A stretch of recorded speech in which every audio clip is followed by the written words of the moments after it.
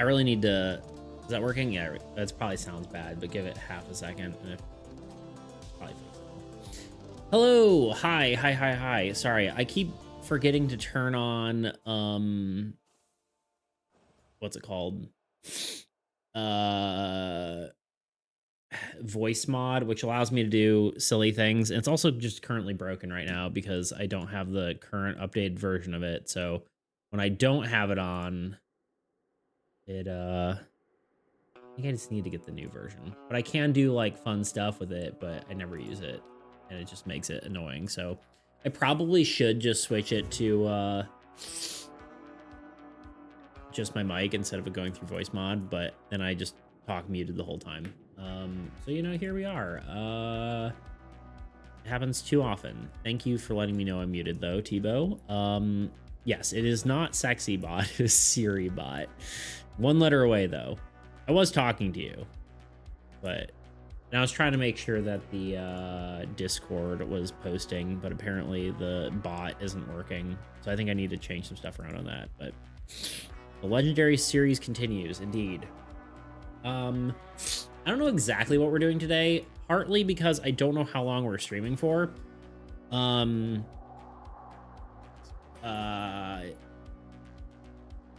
Because my friend is coming in town today, and I don't know when he'll get here. So I'll have to stop. No, honestly, I'm just sniffly from the cold weather. Probably should, let me go blow my nose real quick. Give me a sec.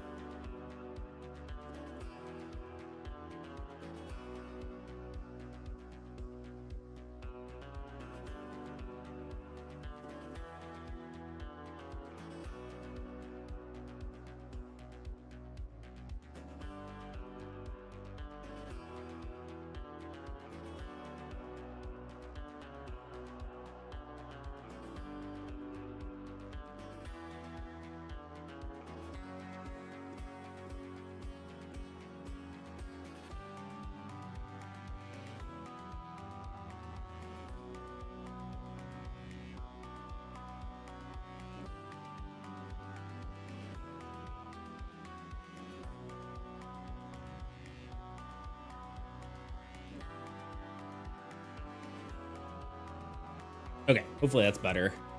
Song name. Oh yeah, it's just on stream.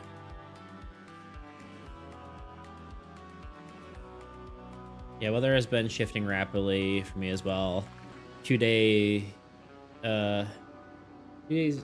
everything outside was covered in a ton of snow, but yesterday there wasn't a trace left. Yeah, it's kind of all over the place, isn't it? Yeah, for some reason it doesn't show on in chat. It just shows on the whatever. I might be able to change that, but I don't know. Yo, Nova, what's up? How you doing today? Hi. This bird on. No, okay. Yeah, hello. Welcome on in. We're just getting started here.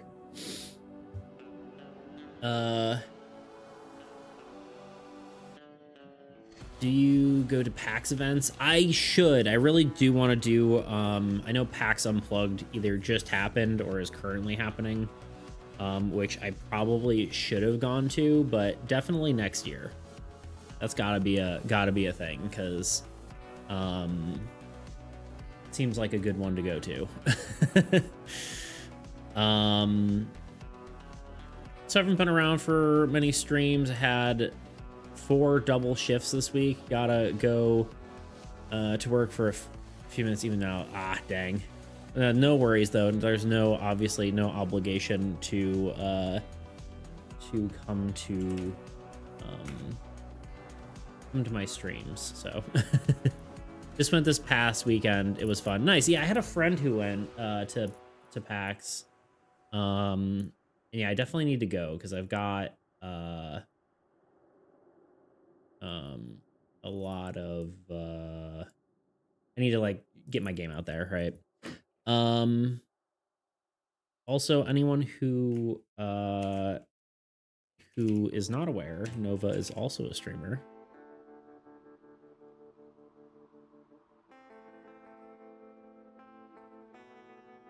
Let me see if I can spell your name right. I did it. Go check him out. Of course. So excited to see the theme for the game jam. Yeah. I really need to figure that out. I have ideas, but I feel like I need to talk to someone and like brainstorm it, but I obviously can't talk to you guys about it.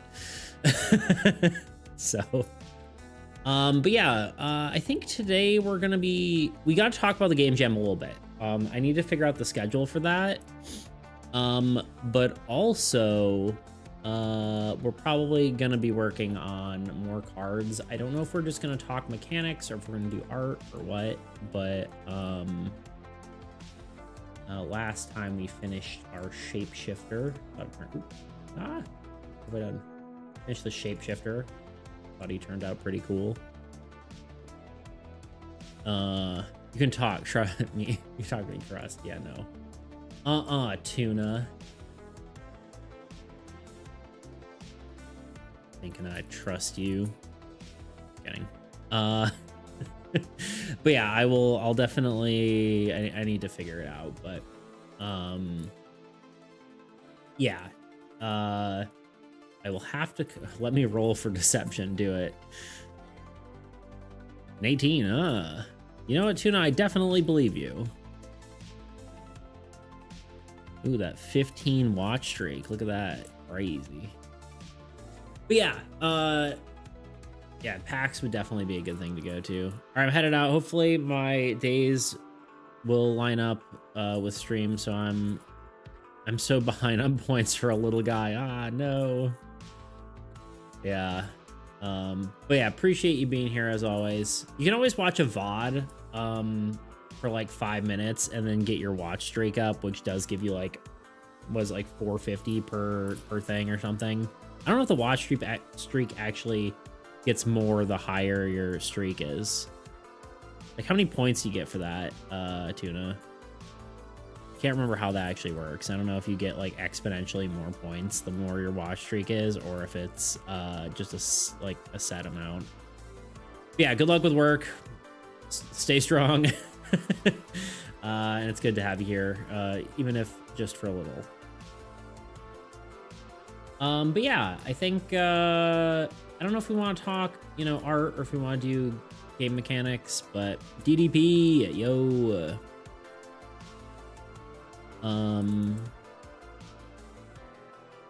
But yeah, I figured we get some AAE work done. Like I said, I don't know how long the stream will be. It could be a short stream, it could be a long stream. It really depends on how bad traffic is for my friend. I might check my phone every now and then, see the status on that, but yeah. How's everyone doing today? Tell me about your day. Are you doing good? Bad? Ugly?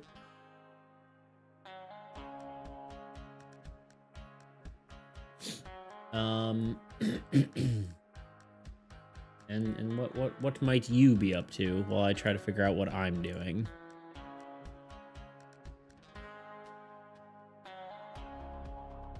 Friend reveal? Actually, yes, there will be a friend reveal. But not today, on Friday. I think the plan is to do an AAE tier list. We'll probably both be sitting here and talking about the game. So technically, yes. Well, gonna go to the second wicket today. Ooh, nice. An early dismissal. Nice. Yeah. Very cool. I still need to see the first one. I've heard good things, but yeah, I still have not watched it. Seems good though. I mean, yeah, I don't know. I just need to watch it. It's been a good day. The rest of the week is stacked. with exciting stuff. So can't wait. Heck yeah. What kind of stuff, Tuna? If you feel like sharing. But yeah, I'm excited for Thanksgiving. Lots of food. Turkey Day. So that will be nice. And then we also have like I said, Friday we'll have my friend Checkers on stream. And then I'm trying to get a Blight of Blackridge playtest set up. I think that'd be cool. Have like a few people playing that. It's been a while since we've done anything with that. It's been good so far. Wrapping up early today to start a long weekend, so that's plus. Yeah, it seems like that's the case with most people getting out early and whatnot. World champions for a mobile game called Brawl Stars. I've heard of Brawl Stars. Always tune every year, no matter what. Super fun to watch. Nice. Brawl Stars is like... No, I'm thinking Brawlhalla. Brawl Stars.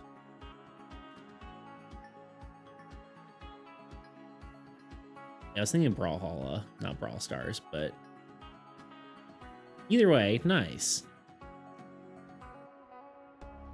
I've heard the name at the very least. But yeah, I think today the plan, I was, like I said, I was thinking of doing like mechanic stuff, but I don't know how much of that we can feasibly like do before I get bored and want to just draw a card. Not necessarily bored, because I do like coming up with mechanics, but eventually it's just like, all right, how much theory crafting can we do? But it is about time that we kind of discuss a bunch of ideas and then figure out which ones we're actually gonna do. A lot of it would be good to like go through some of my notes, but at the same time, like that's probably not gonna be the most interesting for you guys. Yeah, I don't know. I guess we could pull up the to-do list. We do have to fix some stuff. That is true.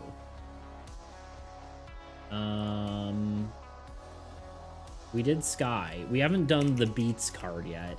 I'm a little bit trepidatious about that, mostly because we have so many heroes, and yeah, doing a land. Yeah, a land or a spell card would probably be a good idea. I bet for a Blight playtest. Oh yeah, we could do one. Yeah. I was talking about like, yeah, one on stream, but yeah, I don't know if you might on stream. Yeah, I was talking about doing one on stream, but it could be good to do one off stream as well. We could do some of that. Let's just see what my schedule looks like. Because the game jam is starting as well. So it probably, if we did that, it would be like if we did a on server playtest, it would probably be before the jam starts. Because I'm not going to do any events that impede my own event, you know, because it could be like, oh yeah, come play whatever, and then you guys aren't working on your games, and then, you know, whatever. It seems like a bad decision on my part. We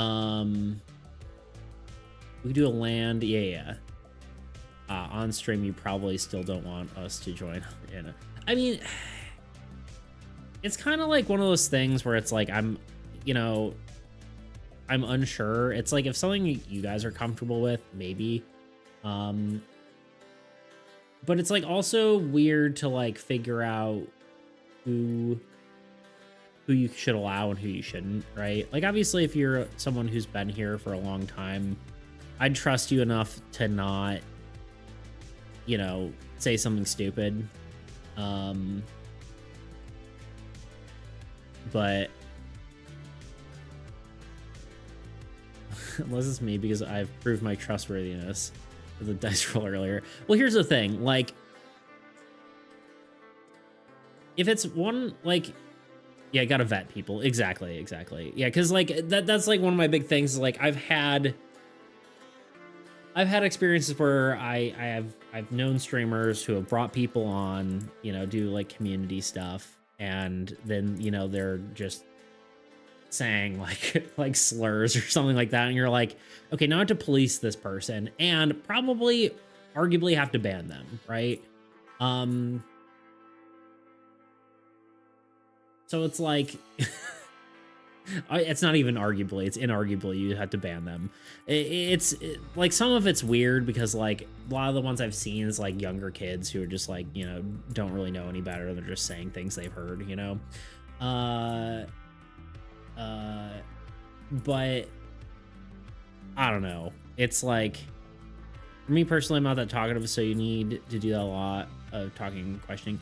Yeah, I think part of it too is like, it's also nice to have people who are comfortable streaming as well, because then you get like more of an interesting experience, and then also doing it with other streamers, you're also getting more eyes on your game, right? Especially if they're also streaming, but kind of like, you know, because I need to start promoting the game, so that is part of like, no, well, Black Ridge still needs some work. We could talk about Black Ridge for a minute. One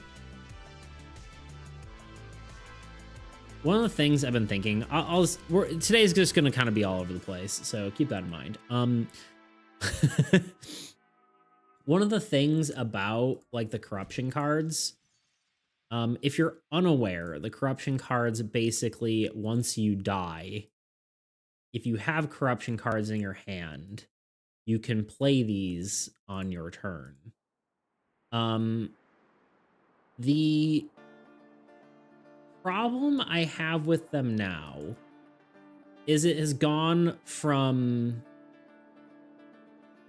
when you die, the priority kind of changes, because basically what these do is they'll like increase the cost of an event. They basically make it harder for the other alive players. Normally the goal of the game is, you know, to survive. You're not actually in true opposition with the other players. It's mostly about like screwing each other over by like, I'm gonna win this event, and you are, you know,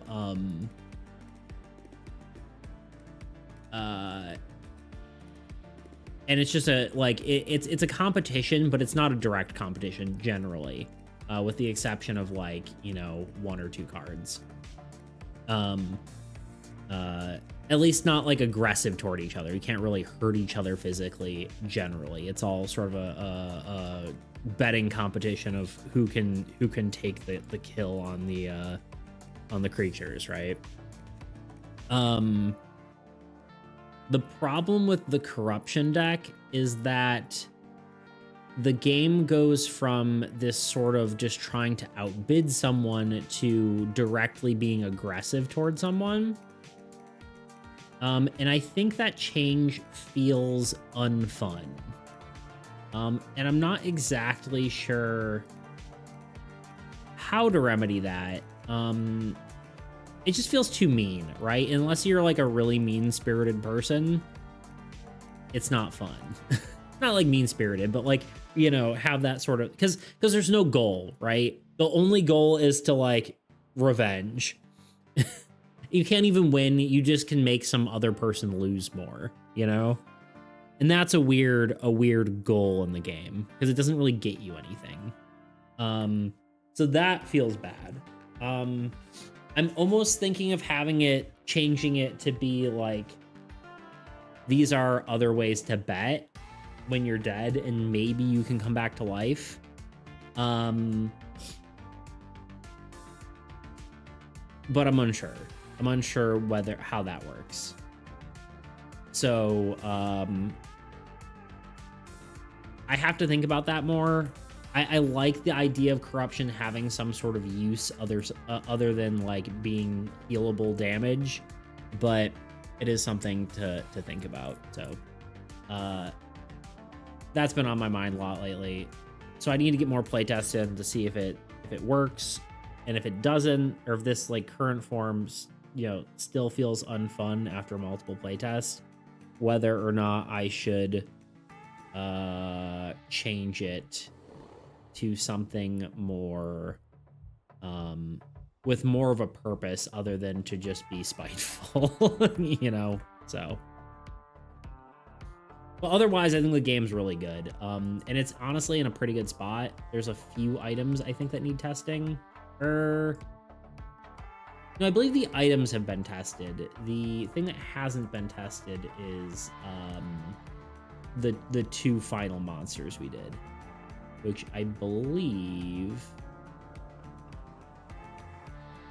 or 4 monsters actually. Yeah, the Green Marrow Ghoul, the Arachnus Scourge, the Death Rattler, and Silk Flame Siren.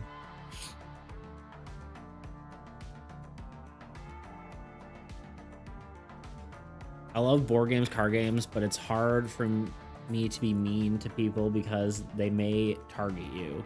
I like winning by just playing good and not pulling others down. It can be good, but limited probably. So the thing is, you can do that in this game, but then once you die, you kind of have to be mean or, you know, just not do anything.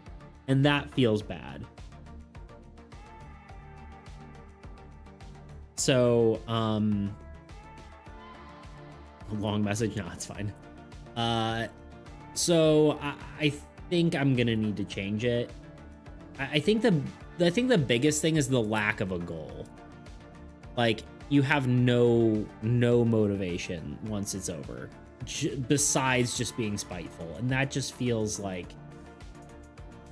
I don't know. It almost feels like it should be like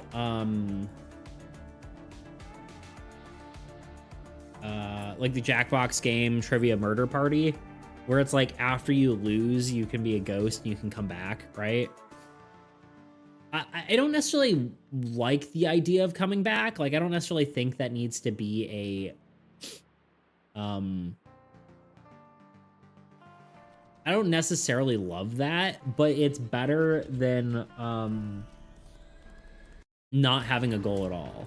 Because I think you still need to be able to win even when you're dead. Does that make sense?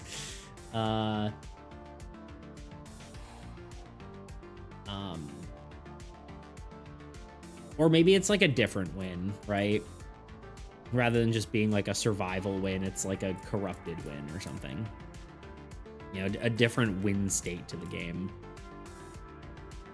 So like basically these corruption cards would move from being like to increasing event costs to like, maybe this could be an item or like one of them, but I think instead they should just be other betting items that are similar to the player deck that you can just bet against other people.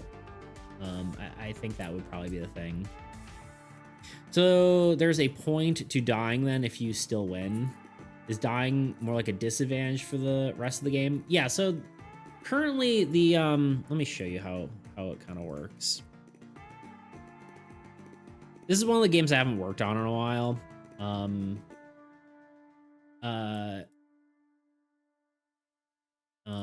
It's more of like a party game compared to like my my other game, my TCG.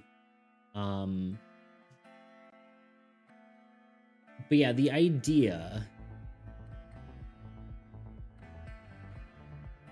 I can open this in forever. Even Flight of Blackridge. There's an. I can hear the police sirens going by. So the idea is basically you have just delete these zones. Whatever, let's delete this one. So the idea is like basically you have cards and those go into your slots here. And then when you have all these filled, oops, sorry. Your damage and corruption. Oh, that is not right. I really need to update this game, huh? So the idea is once you have like your inventory is your number of slots in your hand. You have 10 slots. So when you take damage, you have to replace those cards with damage. Or corruption. Corruption's like the other sort of source of damage in the game. The idea though was corruption was something you could use after you die. Uh the sort of goal of it, right? Once you're you know, your hand is full of corruption or damage, your character dies. The goal of corruption was to end the game faster. So like, you know, it makes the game more difficult for other players. And 2 was to so like sort of add like a scaling aspect, and 2 is to make the game fun for people who are out of the game, right? So it's not like, okay, I just get to sit and watch for the next you know, however long, right? The goal is to kind of be able to participate in some way, while making the game more difficult for other players. So I think like arguably the game, it probably should be harder. Like it should be a disadvantage for dying. You shouldn't be able to win easier if you're dead, I don't think. But you also can only use these cards once you are dead, so maybe the balance of that would end up being different. I'm not entirely certain, you know? Arguably, I just need to get more playtests into the game. Like more with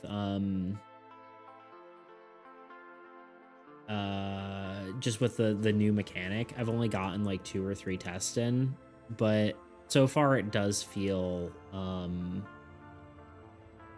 it feels like you're doing it for no other purpose other than just to be spiteful. So I think, yeah, basically gaining some sort of purpose after that's over.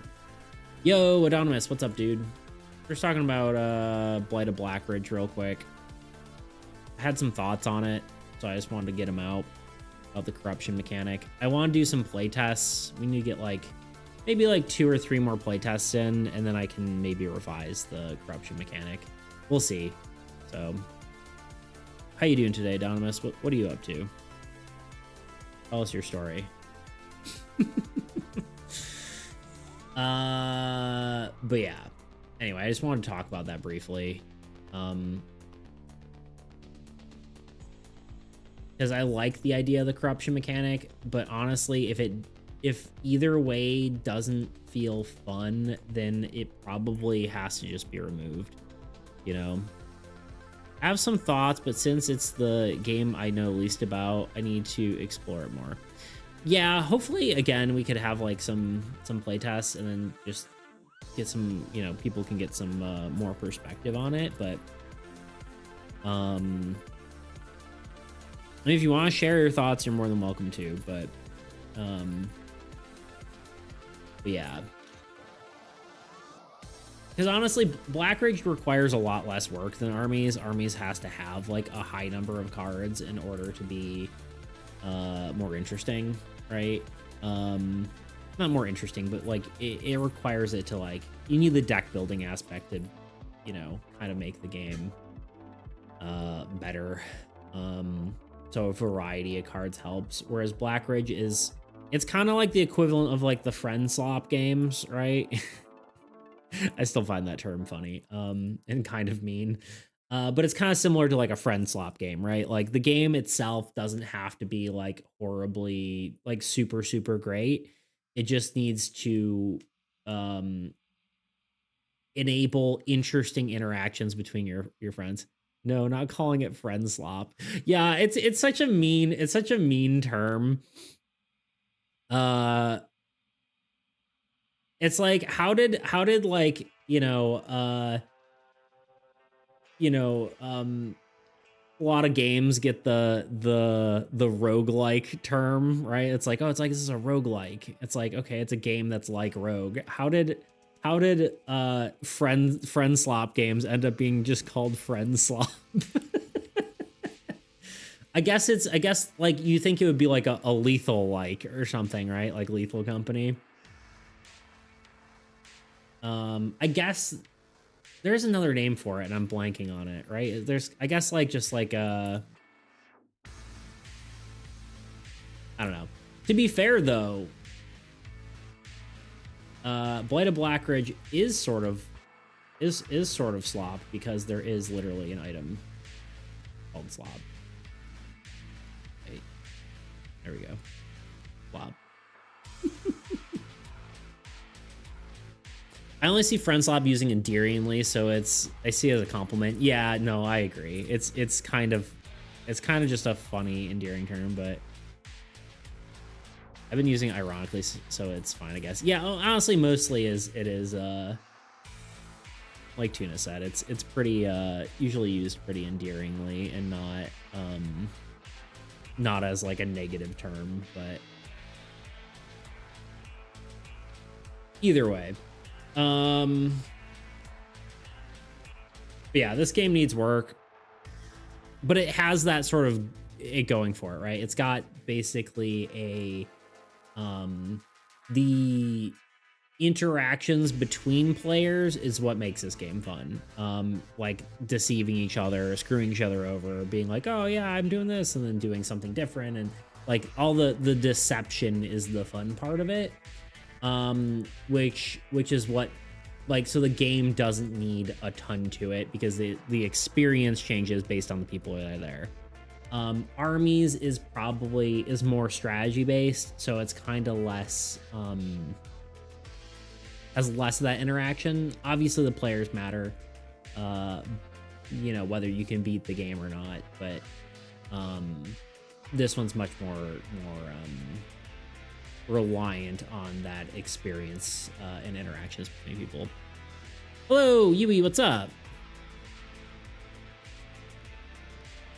Killing. Yeah. You're on the same team.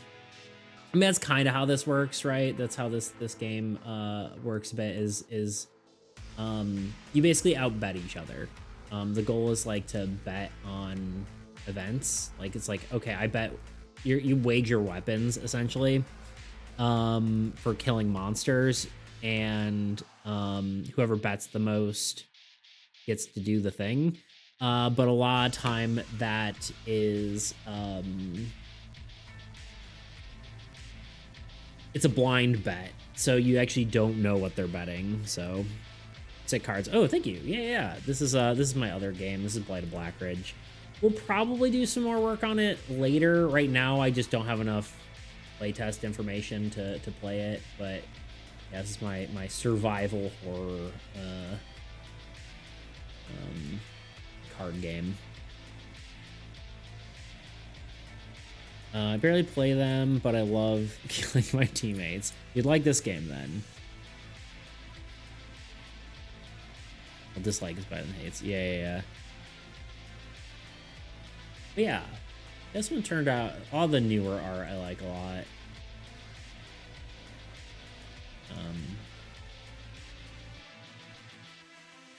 But yeah, so this is definitely something we're gonna have to take a look back at coming up. But again, we need more playtests. I really can't say anything. We can't really do anything on the game until we've gotten a little more information. If it's story based, I'm up. When will it be out for?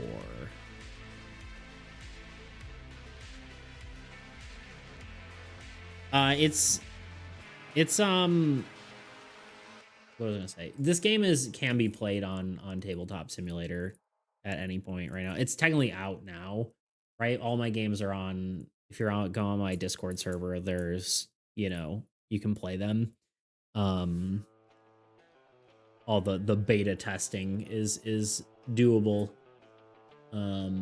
Yeah, this game, it requires a few people for sure. I'll probably, maybe I'll do a playtest next week. I don't know. I haven't, like, I'll definitely try to get one set up for stream, but maybe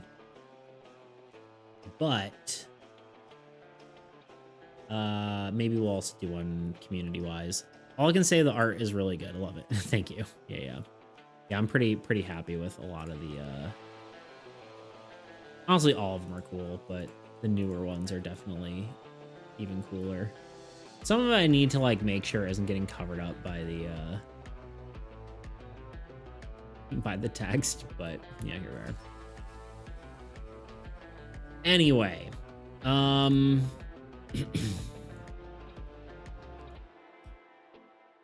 we probably should do some army stuff. All right, we talked about Blackfish. It's I really want to import some games I bought into Tabletop Simulator. Yeah, I mean, do you have like board game, like actual physical board games you just want to put on tabletop? I'm sure a lot of, like, if it's a board game that you bought, there's a high likelihood it's already on Tabletop Simulator. Unless it's like an indie game.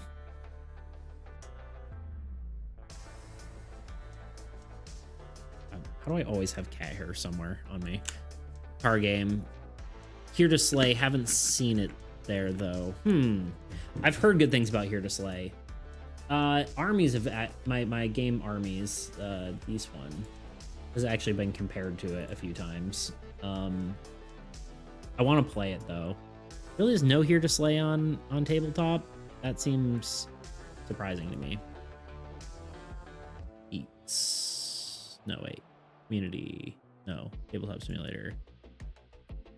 Workshop. Here to Slay. Yeah, there's a bunch of them. there's more than I can count.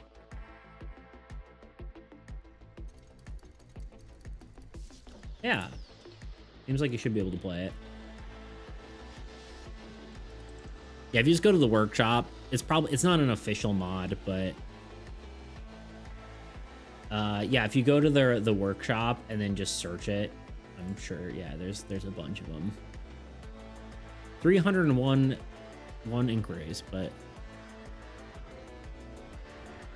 is that a buy twice situation? No. These are workshop mods, are all created by users. So, if you have Tabletop Simulator and you go to the workshop, you basically click on here and then you hit subscribe, and then when you go into your game saves, you can just open the game. Yeah, pretty cool. Now I know what to play on community night. Nice. Yeah, there you go. I don't know why, but BOB reminds me of Blighted Blackridge, reminds me of a game I really loved as a kid called Black Survival.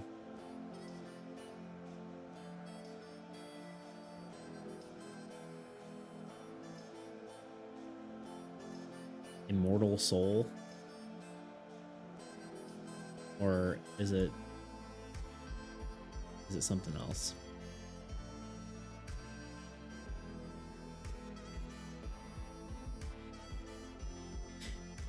It honestly, the game though is based, Blackridge is based off of, not based off of, but it was heavily inspired by the thematics of Hunt Showdown. You know, that sort of cowboy horror aesthetic. But yeah.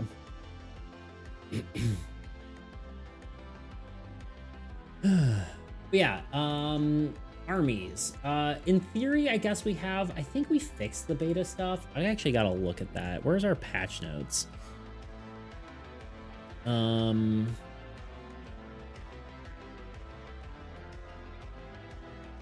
This is like one of those things that's not very fun to watch on stream, probably, me correcting words and all that kind of stuff. But arguably, I do most of the work on stream for the game, so you might just have to bear with me and watch it.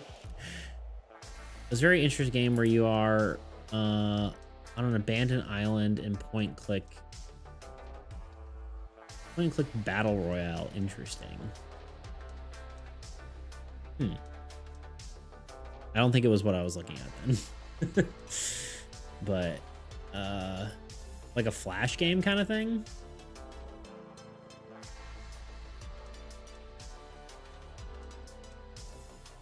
Is this actually the...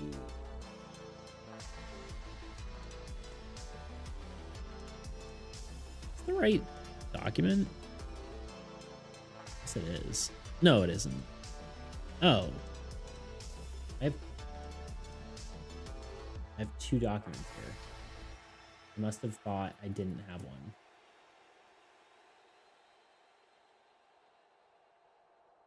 Wait, really? Hold on. Sorry. I have to go back to Tabletop Simulator. Because I think the current version of the game is much different than I think it is, because I've been playing the beta version for a good while now. Is the normal version really without, or with minions that have potentially 2 strength? It is. Okay, that's crazy. Okay, it's been a while since we put out an update. We're really gonna need to do that. That's gonna be a soon thing. Hopefully all the decks are gonna be done soon, and honestly, once that happens, we'll probably put it out to out of beta at that point, because we really just need to get playtest. I did not mean to download that. I just want to delete this. Move to trash.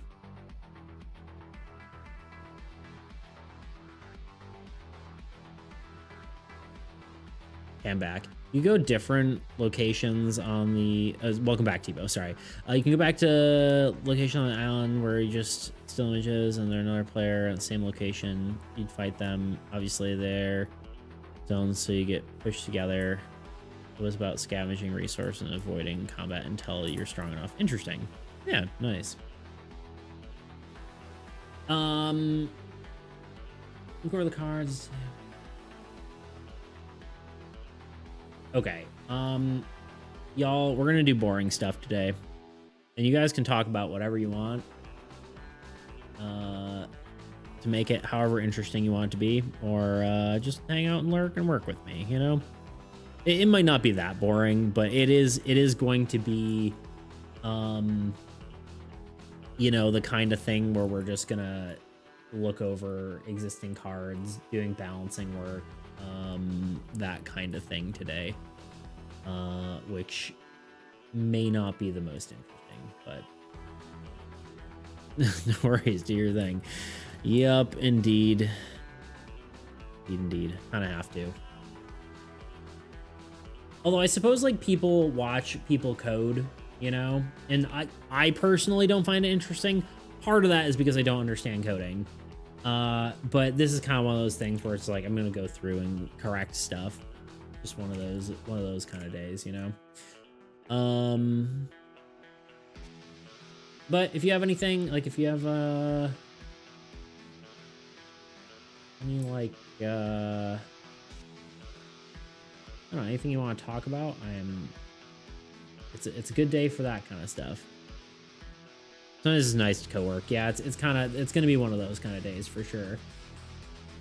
I mean, usually we are doing co-working, but at least it's like more visually interesting. Like I'm doing art or we're coming up with abilities together. But this time it's just gonna be like, how do I phrase this thing? You know, disable.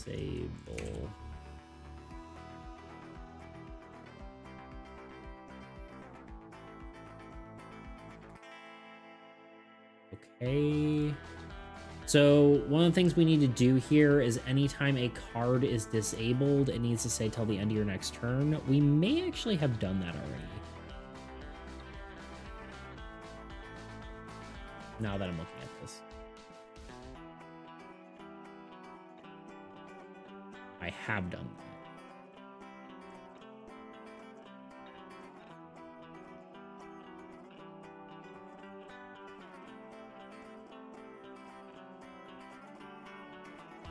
Okay, I already did that. So that's already done.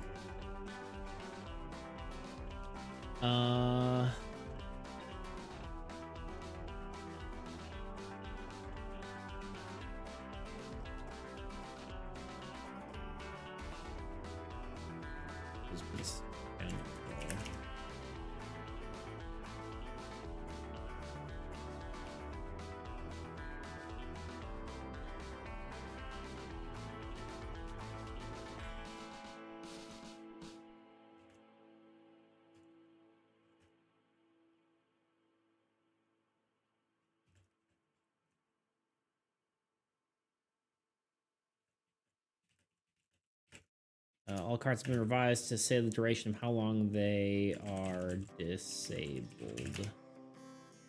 Cool.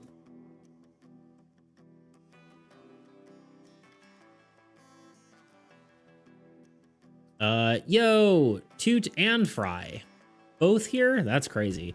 Honestly, you got me interested in board games when I wasn't even the slightest bit interested in them beforehand. So I think it's more about the person presenting it than the actual subject. Hello. What is this sorcery? Oof, gotta go again. For a bit longer. I may be back. Okay, Tebow. Thank you for popping in and out and out and out and in. Hello, Toot Fry. How are you guys? Good. We're doing some revisions here. We're just kind of working on the game a bit. I believe I actually did all of these, right? Like, let's just pick a random one and see if I actually did it. Maybe I already did all this stuff and I'm just like, oh, we're gonna be doing boring stuff, and then like I actually already fixed it.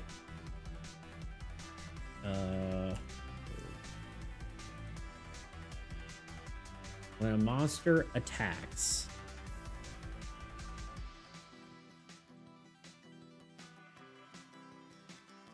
no, I did not. Attacks as 2 T's. Okay, I did not do that. Every minion attacks immediately.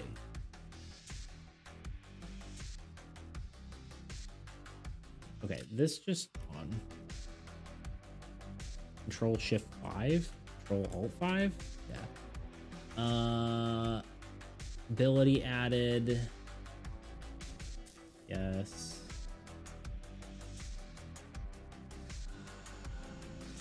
Okay. Cleric. Did we... Okay, so did we nerf Cleric? I'm trying to decide if we did that or if... let's see. Cleric is too strong, unfortunately. We probably need to nerf it from gaining 3 units per turn to 2. It's just so strong, you know?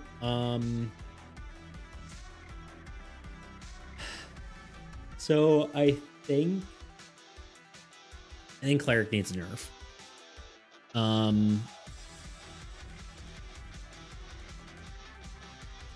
I'm so hesitant to do it because it kind of feels bad, but we're gonna do it. Cleric's too strong right now, and we're just gonna go for it.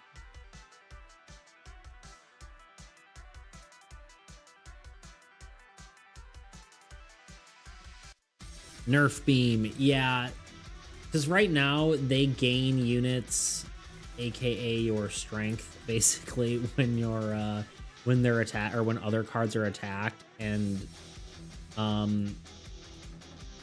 most of the time once you get a cleric active, you're not gonna lose. King needs buff, totally unbiased. King hasn't even been played yet. Tuna. That's even your real name. Allocate on Forsaken Forest is spelt wrong. Courtesy of dude. Forsaken Forest. Allocate. God, I wish sometimes I wasn't dyslexic. Allocate. There's 2 L's. Yeah.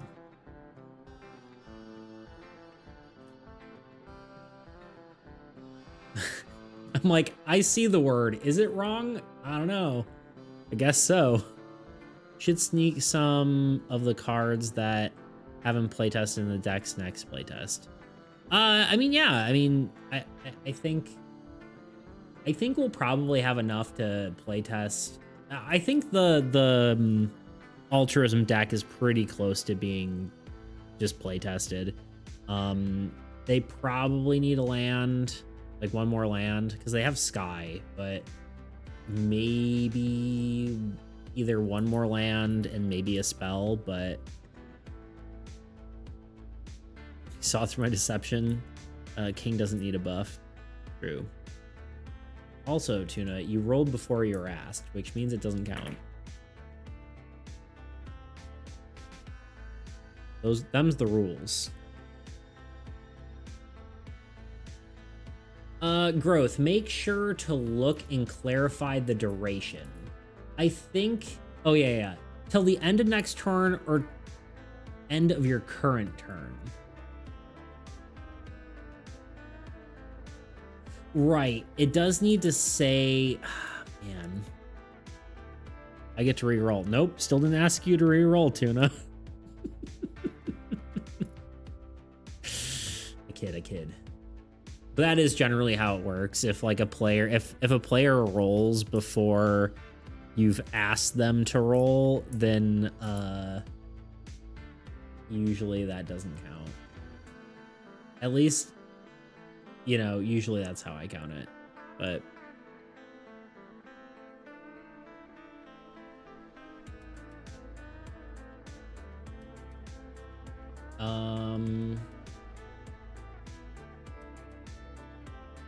growth.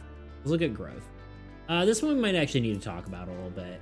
So growth allows your unit effects to be active.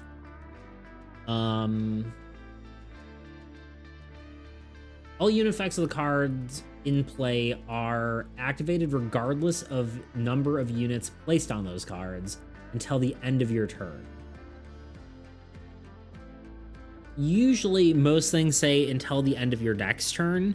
However, that is, depending on when you play that, you could almost get that, you could get it for basically a turn and a half. If it says the end of your current turn, I don't think that works, because if you play it in the old god phase after your turn, you still get it still gets to go all the way back around. It gets kind of confusing if you say it any other way than the end of your next turn. Which makes it more powerful, but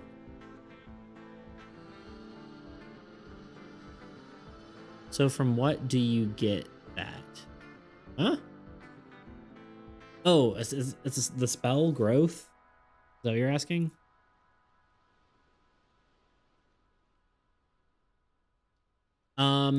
The question is how to clarify that. I don't think the end of your current turn actually works. Growth is a spell, correct. Yeah. So it's an immediate effect. You can play it. And it allows you to not have to have units on unit effect cards in order to gain their abilities. For context, unit effects require a certain number of units on your card, aka your resources, in order for them to trigger. This basically allows you to bypass that. The problem is the duration of it.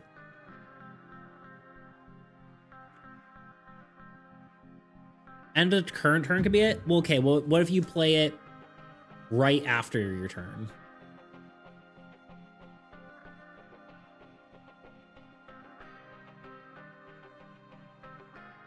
Right? If you play it right after your turn, then it's effective through the whole old god phase.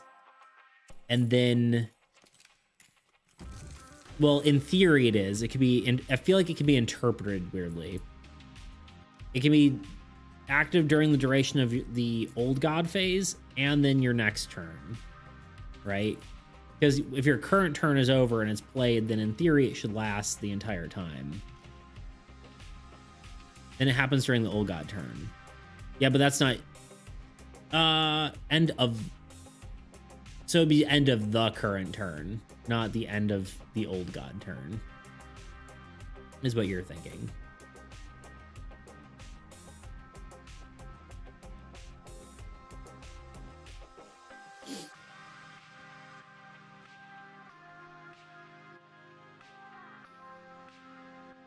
Part of me is tempted to just make it till the end of your next turn and then make it so like you have to remove units off of a card or something.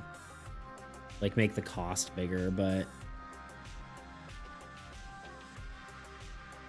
either the old god phase is part of the same turn as the players or it's separate. Yeah, I mean, it would have, well, the thing is, I think it would have to be worded. It actually finally did. Stream cord finally activated a good hour later. My bot just was like, oh, wait, it's time to whatever. I think I need to switch it to notify when Twitch goes live because it does not work well with YouTube. Because YouTube's APIs for integration with other apps, from my understanding.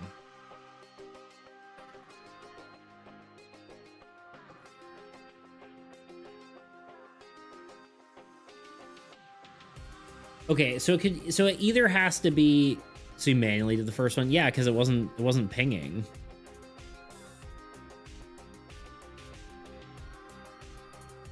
It was like, yeah, it was like an hour ago. I was like, okay, I did it. I waited like 5 minutes. I'm like, okay, it's still not working. Let's just do a ping, and then I guess it activated an hour later, which is wild. Okay, so I think the two options, I can't say the end of your current turn or the end of your turn because it can be played outside of your turn. So it either has to be the end of the turn of the current turn, or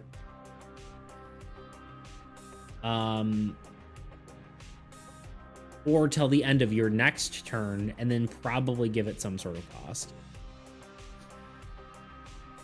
Probably the end of the current turn works better because it's just like a trade-off.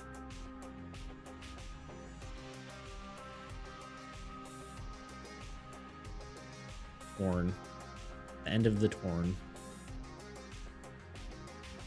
Did I say torn? The end of your current turn. I tell you what. End of the current turn. Let's try that. I think it's fair, especially because it doesn't have a cost. But if it seems like no one's using it or it's kind of lame, then we will buff it and then add some sort of cost.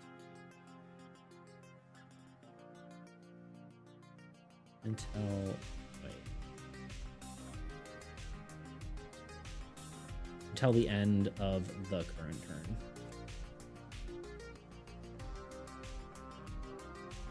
Literally, I think I just changed your to the current. It's like that kind of like tiny little change. Okay, that is done. Actually, I do want to see how that looks. I want to make sure it's not too many words. We're kind of approaching the too many words on that card area. It's okay.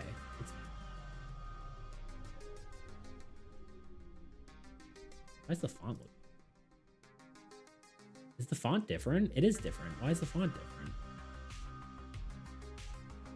Huh?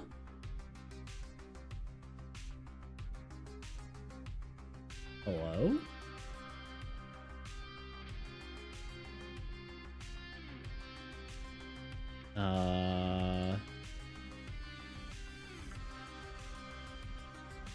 Base effect?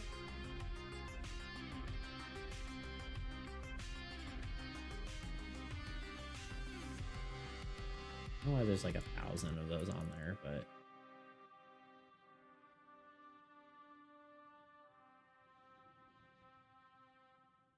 that's even less correct. What the heck? Hold on. Just fixing stuff and stuff is breaking. Hard effect. No. Hard. Base effect. S. Okay. First one. No. The second one? No. The last one. Hello? Why are all of them broken? Alright, we're gonna delete all these. Start over. This is probably a mistake, but Upload font. Oh god. I thought it was a font that's in the.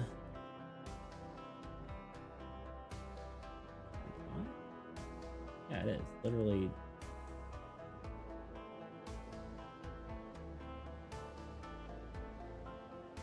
Bold. Is it not bold? Y'all, I'm lost. What exactly is your classified as a turn, though? Because I do think it makes sense for the Old God phase to not be its own turn since it's PvE. The Old God's turn is its own turn. If you want to talk about the entire thing, it would be a round. And the Old God definitely has a turn because otherwise there's no way to classify that, because then whose turn is the Old God's turn? There we go. Why that broke, I have no idea. It kind of has to be, basically, is my biggest thing, right?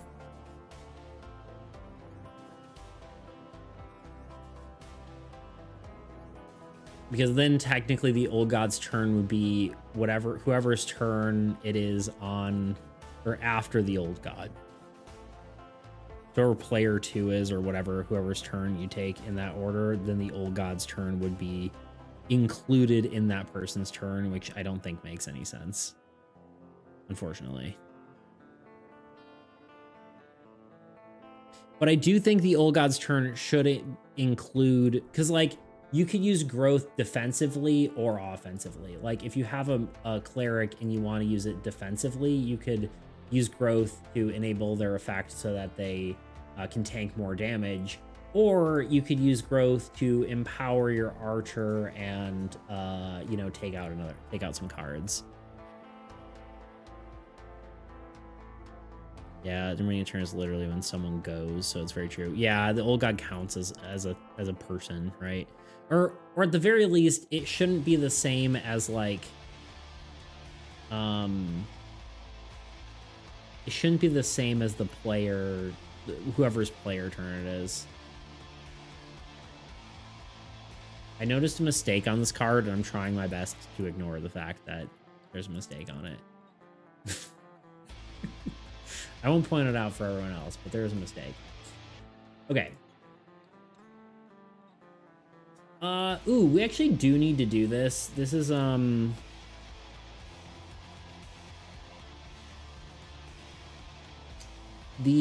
minion and Old God card backs should be different. And I'm not sure if we want to just rework all the card backs and make something cooler, or if we like them or what, but that could be something we do.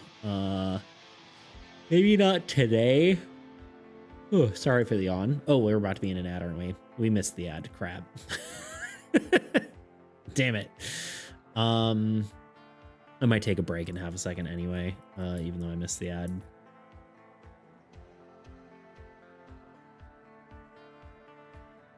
Off to the movies. Have a good rest of your stream. Yeah, thank you. Appreciate you stopping by, and enjoy your movie. Yeah.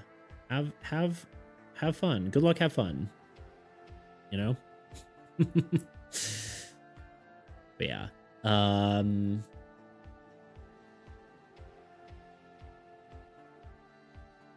The carbacks just need a border of some sort. I like them overall. I don't know if I agree with that, but fair. None of the cards have borders, so I feel like the back having a border feels weird to me, but I suppose I could see it.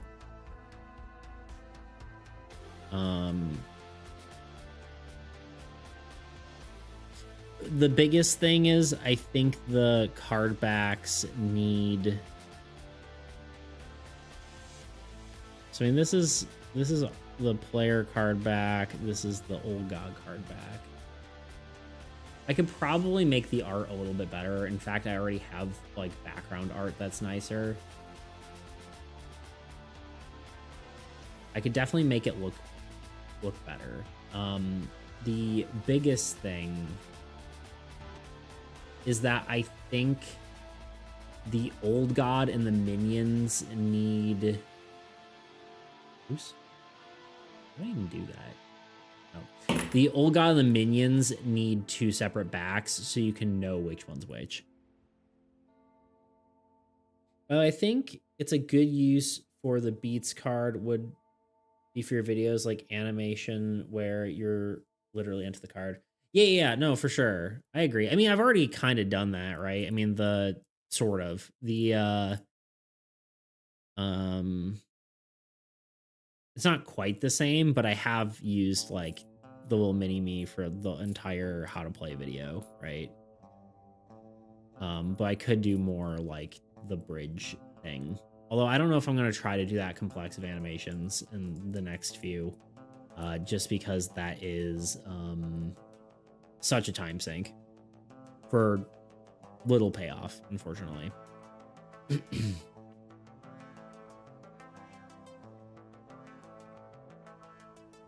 But yeah, I agree. I can definitely use that. The card is already done though, or like that card specifically. I guess you could do a zoom in on and do some talking, but yeah, it really kind of depends. But yeah, I think like a lot of the really high budget animations, I don't know if I'm gonna do those for the next few videos at the very least.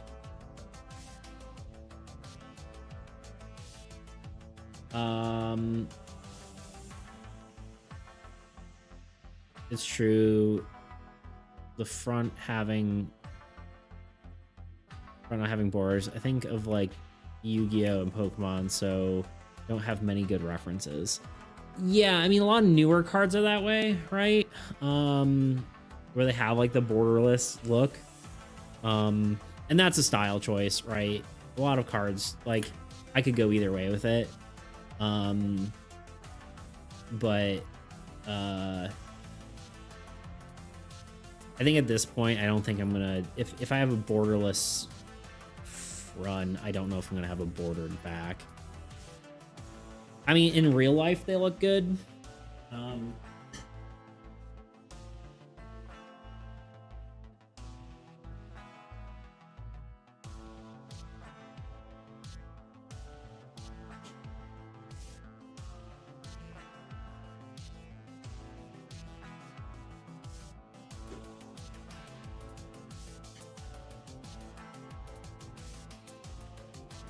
Oops. Like, you know, I think they look pretty good as far as that goes, right? The lighting's not great, but in reality, I think they look pretty good. I think I could update the backs to look a little bit better, but I don't know. I don't mind the style. I think it works fine. Like I said, I think that's like a stylistic choice. I think the biggest thing I would like to do is just make sure that you know the minion deck and the monster deck are the same, or that they're different, right? Or rather the old god deck, not the monster deck. What am I saying?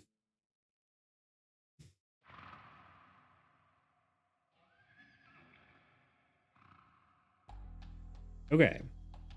My friend's ETA is 4:15, so I will be done around then. So y'all are aware. Assuming his ETA doesn't get any longer.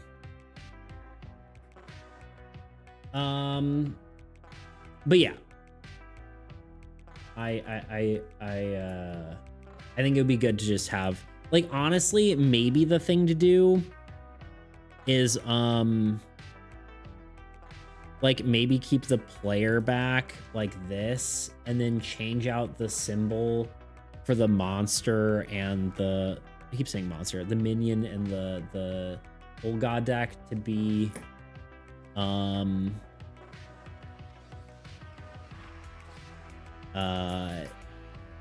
the symbol for monsters, right? The monster symbol and the minion symbol on the back. And then the logo's still there, right? I think I also could like make the back a little bit more faded or something, because right now some of this kind of doesn't stand out against it, but oh, thank you. But yeah, just replace the, basically I was just doing this. You know, just replace the whatever with the thing. Yeah, just do the those. So, but thank you, DDP, appreciate it. Over time, you're likely to think of alternatives, but currently everything is looking good. Yeah, I think I can polish it a bit more. There's some stuff I don't like on this, like this texture is annoying to me. I don't like it. And we have a nicer looking background when we made all those thumbnails. So I think we can make it better. But that said, we'll see. Yeah, the card back actually all used to be the same, both the old god and the other one. This is the original one. This was during the Game Jam background. Card background. Card back background thing. Words. That was funny. Things have changed. Anyway, yeah, we'll figure it out, but that is something that needs to be done. Maybe we do that at some point. Maybe that's today, because that'd be a good thing to tackle, but also maybe not. Arcane Construct need disable one of your cards. I feel like I already fixed this, but let me double check. Problem is when we were playing with Hell, he was like, oh, I get to disable a card? Sweet. It's like, no, you get to disable one of the, or like, he's like, I'll disable, you know, one of the old god cards. I'm like, that's not how that works. Disable.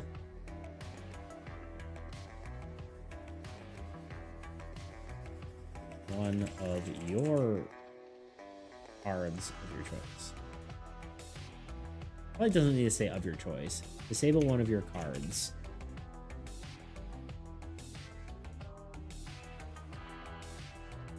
Ta-da. Done.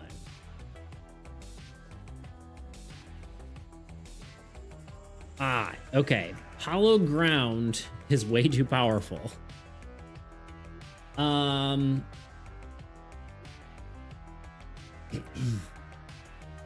What are our thoughts on that? Because if you remember, I really should just keep Tabletop Simulator open because it's easier to just illustrate stuff.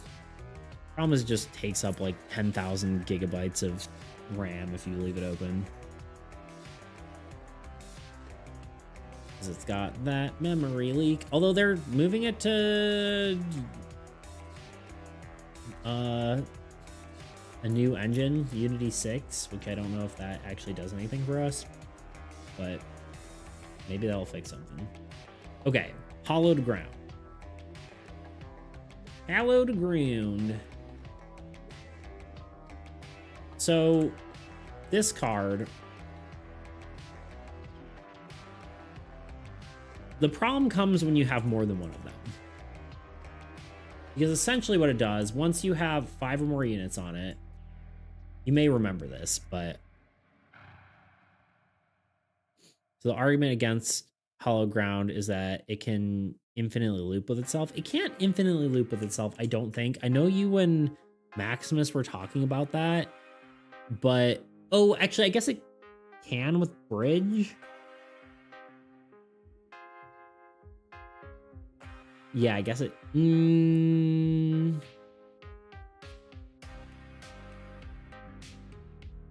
We'll touch on that in a second, but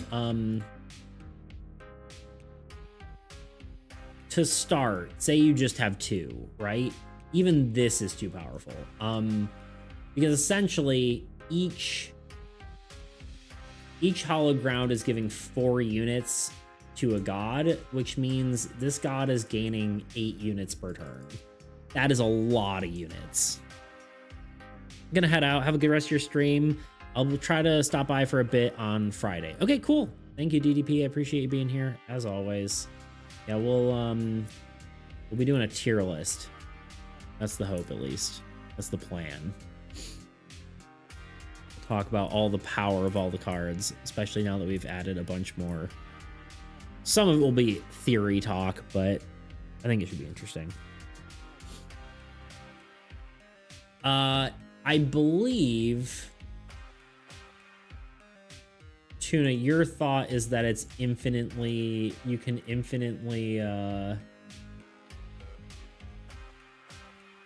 this is like worst case scenario, right? Where you have,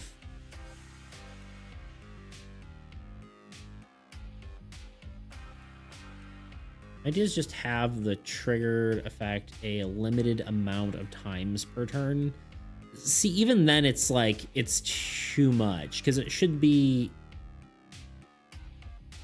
even if it's 1 time per turn, I don't know, you're still getting like 6 units. No, 7 units, right? It's only reducing that by 1. It almost doesn't, and this is, yeah, the unit effect thing. It honestly doesn't even need the unit effect, truthfully. I just put that on there because I thought it'd be interesting to have more lands with unit effects. But that almost could just be a unit effect on like a structure, you know? It's probably too powerful on a land, and it would probably be okay on a structure, you know?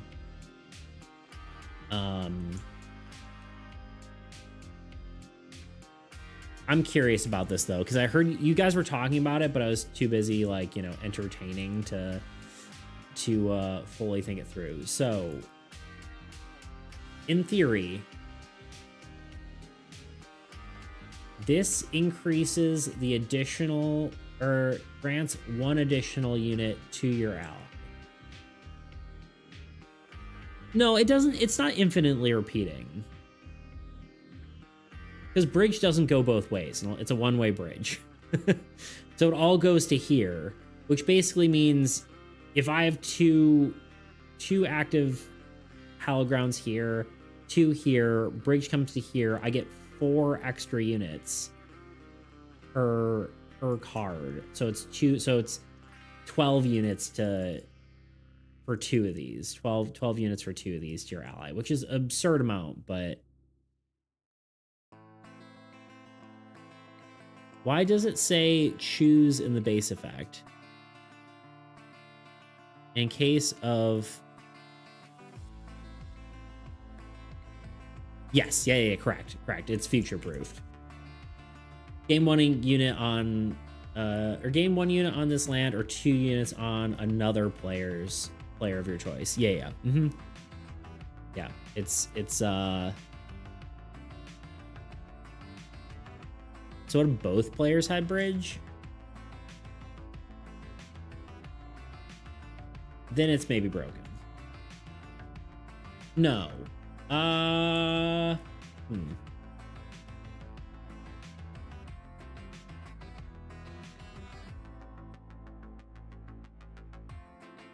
haven't had a lot of instances where both players had a bridge out.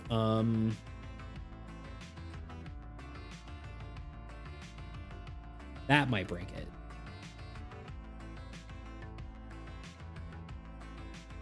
But yeah, I would assume it would just be once per effect. Bridge is probably going to need another revision again, but...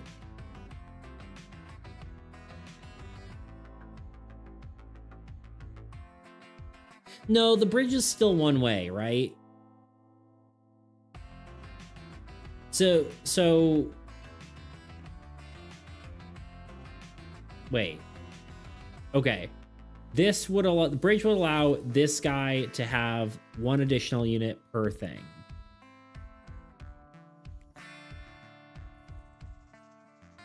This bridge would allow these guys to have 1 additional per thing.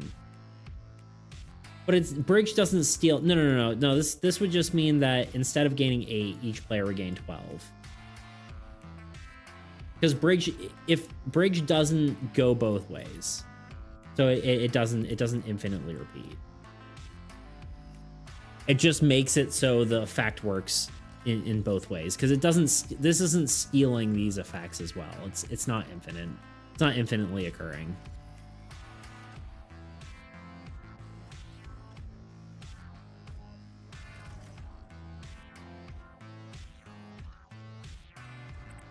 I think this effect. So here's basically the argument. The decision that needs to happen. Do we remove this effect and just call it good? Call the card balanced enough? Or, which I don't think it is. I think it needs probably something more than that. Or do we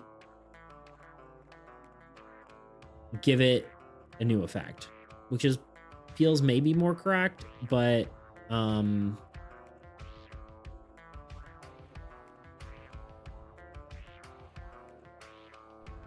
unsure.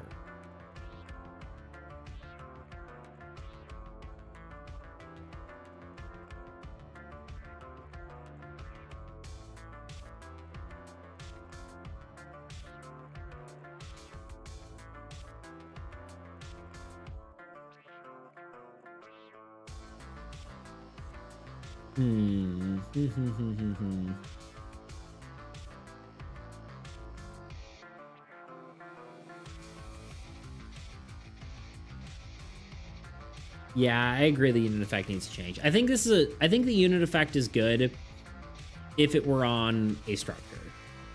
But it does need to go for now.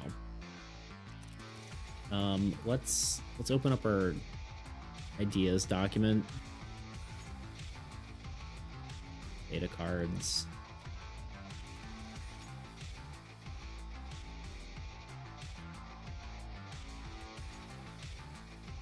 Put that there. So it could eventually end up somewhere, but right now it's not. It's not a thing.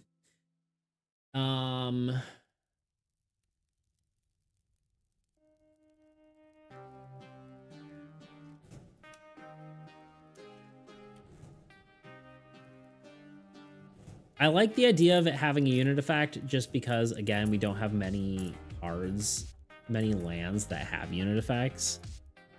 But I don't know if that's it, you know? I could see some sort of effect like...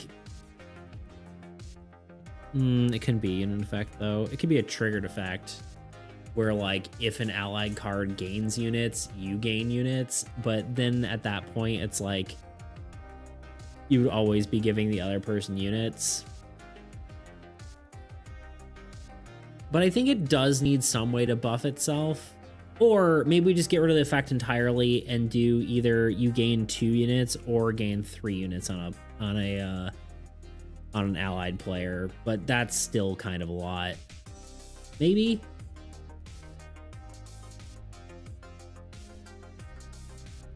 It's like solely a support card then. Like you'd almost want to always, because like most other lands at that point would be better.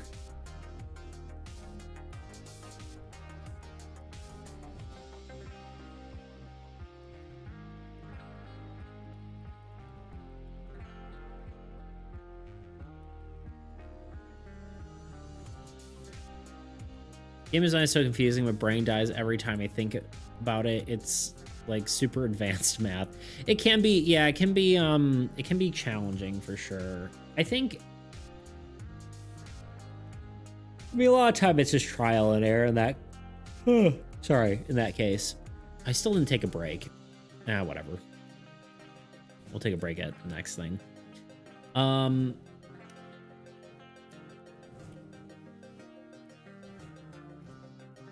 The problem is I have to think about a lot of card interactions, especially with bridge, which really is annoying, but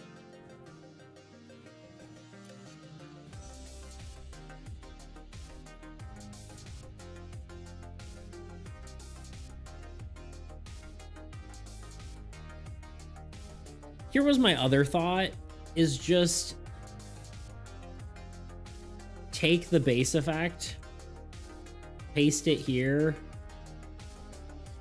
and then do, actually, hold on.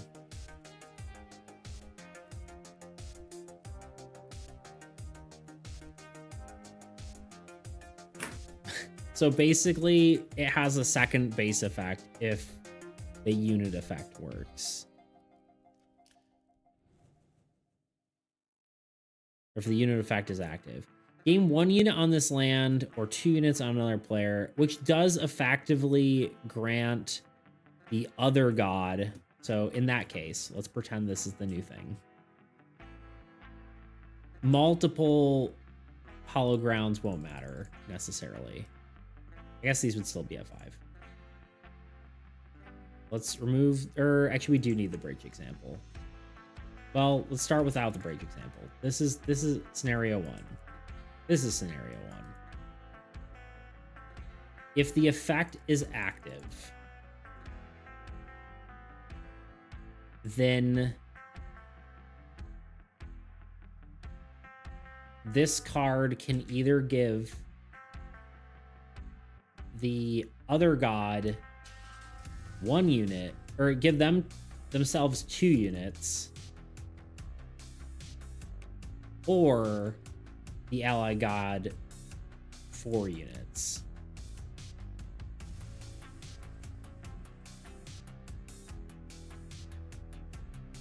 In scenario 2, it's 8, which is actually higher than we had it. Or it was about the same.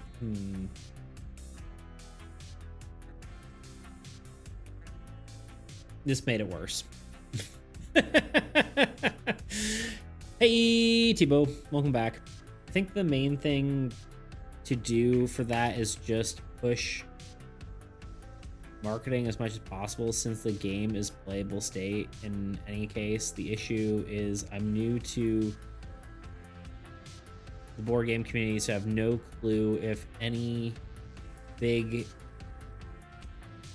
CCs who review, content creators who review board games. Wait, did I miss something? No.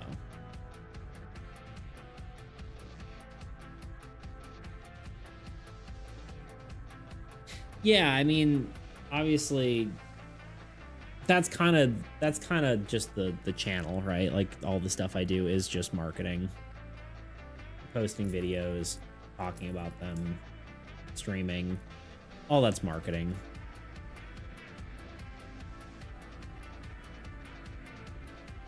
But the yeah, there are people who review board games, but honestly just getting other people to play it. But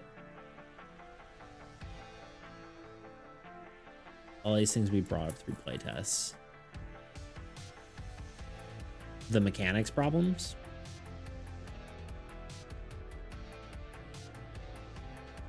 I'm not 100% sure what you're referring to, because previously what you said,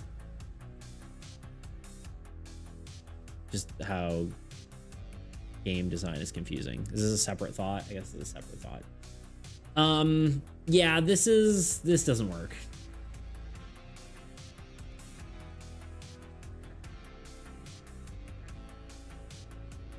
Does it though? Like, let's compare to like another card that's, let's say you have a Tundra.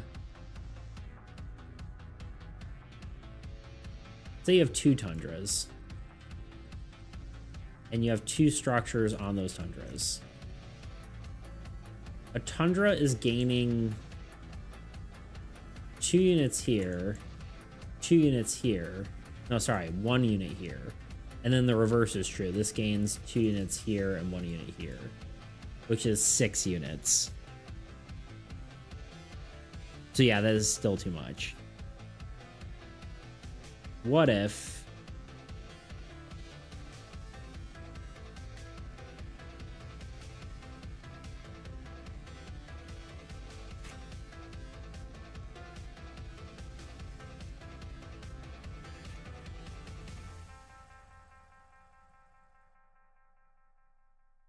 gain 1 unit on another player, god of your choice?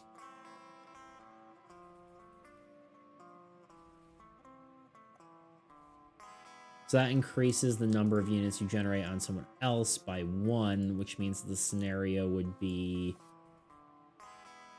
6. So that would be balanced effectively.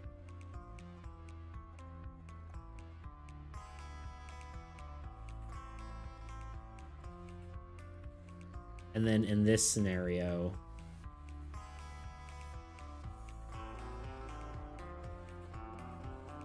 It would still be a lot, but it requires a lot of setup, right?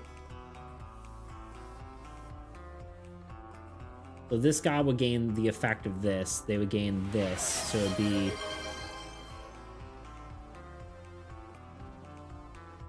1, 2, 3, 4, 5, 6, 7, 8. So that's total of 8. I think that's fair. That seems fine. I'm okay with that. We'll do this for now. So the final thing I said, what was that? Push up, sit up. I figured that might be what it was. What's up, Toot? Hope work's going well. I'm assuming you're working, or you know, one of those two things. I was just thinking more of outreach marketing where we go to other communities, but that's also weird because the communities look down on that. Yeah, I think the way, honestly, me reaching out to more content creators is probably like the best thing I can do, right? Is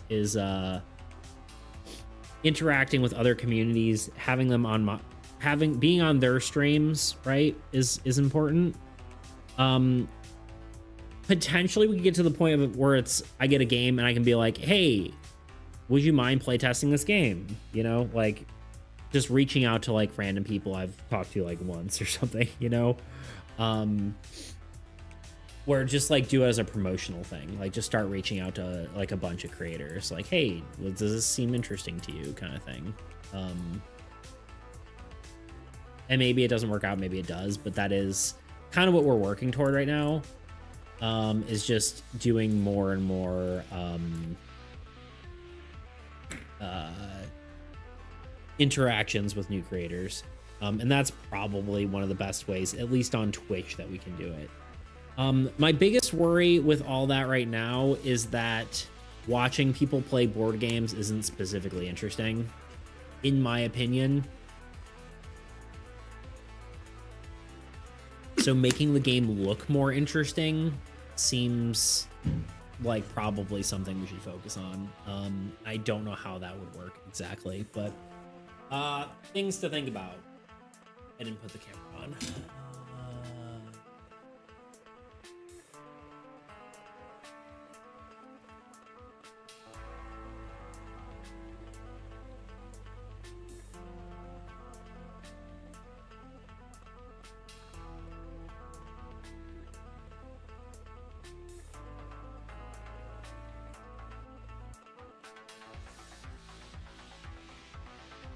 Like, honestly, this being, if Armies was a video game, we'd probably have a better shot of, gaining more traction from other people watching it, but kind of tough currently to think of ways in which I can contribute because I'm going through different communities just to spam to try the game. Doesn't seem effectively or particularly ethical / considerate. Yeah. Honestly, best thing I think you can do is not go, hey, try the game. Go, hey, watch this cool video, right? If you want to promote me, right? That's not super unethical, right? I don't think, if you're just going, hey, look at this cool video I found, right? And you just share the video, right?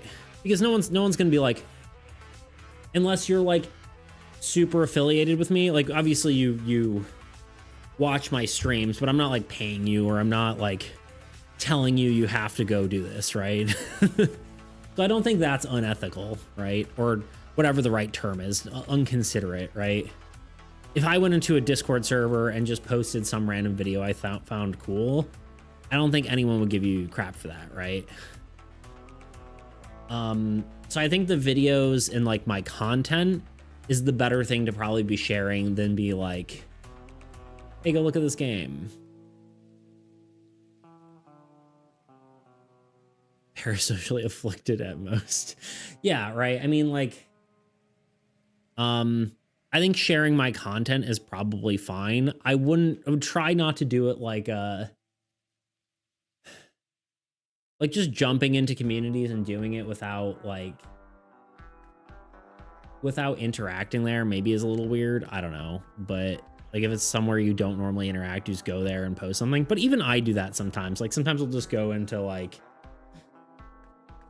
I don't know, other indie board game things. And usually I have like an art share thing and we'll go, here's the game I've been working on. But usually I don't try to be like, push it. Usually I post them and they go, oh, that's cool. What's that like? And I just, you know, share the game after that. But I don't think there's anything wrong inherently with just going somewhere and sharing something. But the videos are a decent bet, you know? Like most places won't get upset with someone sharing a video. But I'm asking you how to market you. Does that make it weird? I don't think so.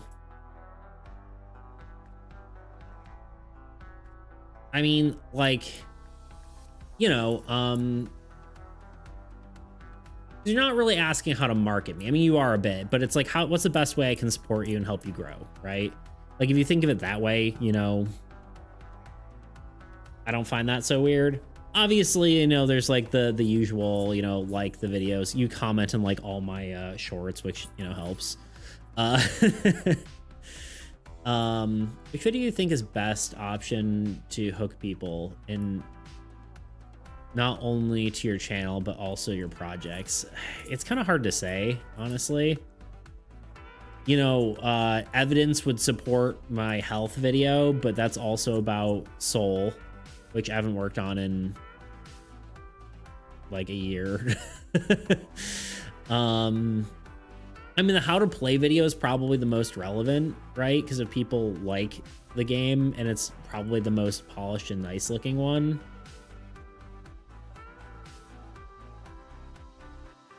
The bridge one's pretty decent. I don't know, honestly. I think rather than, you know, overthinking it, right, is just, you know, share it with people that you know, and people that you know, you might think will find it interesting. Because, like, you know, then if, you know, everyone, you know, eventually if, you know, people share enough, right, then eventually it will get more traction, right? It has to be like once the right people find it, that's where it kind of grows, you know. But yeah, I don't know, just my thoughts. I'm not sure, but I think probably something relevant. Unfortunately, we haven't really had like a video on armies blow up, and part of me wonders if that is due to it being like a TCG rather than like a role-playing game sort of thing, because a lot of the stuff that did more well was role-playing game related. So maybe that's a better search term, better for the algorithm, more, you know, more of a popular thing. But kind of hard to say, you know.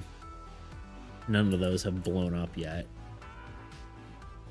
Anyway, so currently we're changing this, so instead of it saying if this land has 5 or more units on it, gain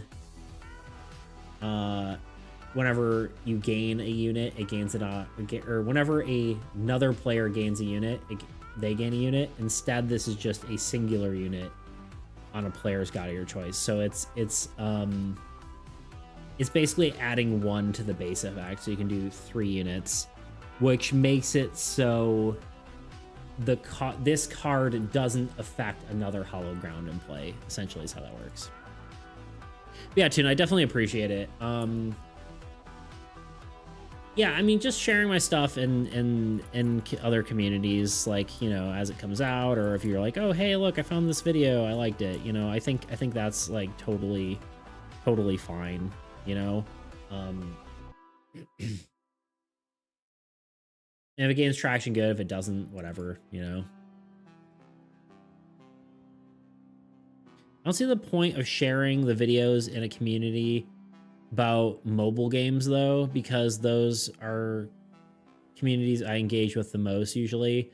So I just need to find a community that dedicates to board games. I need to do that in my own game jam project as well, so it's a win-win. I mean, there's that for sure, and I can point you towards some if you want to see more you know, more card game communities. But at the same time, like, you know, people have interests in multiple things, right? If people like mobile games, maybe they like trading card games, right? Randomly doing it is maybe weird, but going to, like, you know, some of the people you normally engage with, like, hey, you know, this isn't related, but I found this cool thing. If you guys like board games, you should check it out, right? Because, like, just because you like mobile games doesn't mean you don't like board games, you know? But that's not to say you shouldn't necessarily follow that instinct, you know? Because, like, the goal shouldn't be to market my game toward board game creators, you know? My goal should be to market my game toward board game players, you know? So that's part of it. Anyway, Hologround basically only affects itself and not other cards. It's still pretty powerful with Bridge, but it's been nerfed a smidge. So there's that.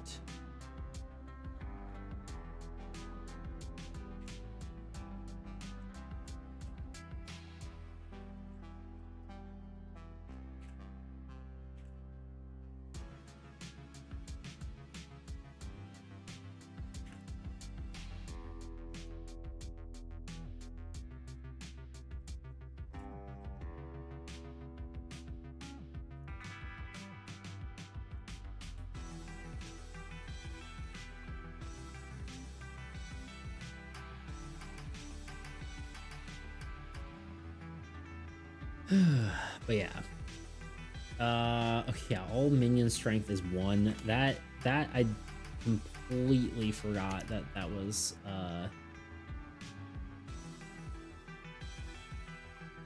something I did not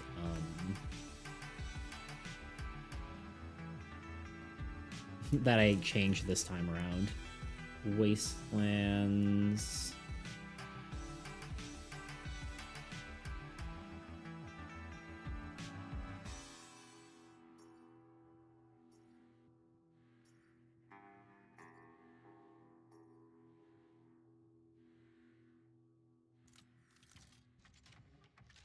These are all changed. The changes seem good.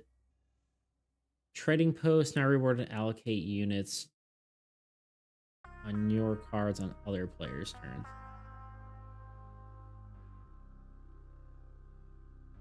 Oh, okay, I think I did that. We're getting close to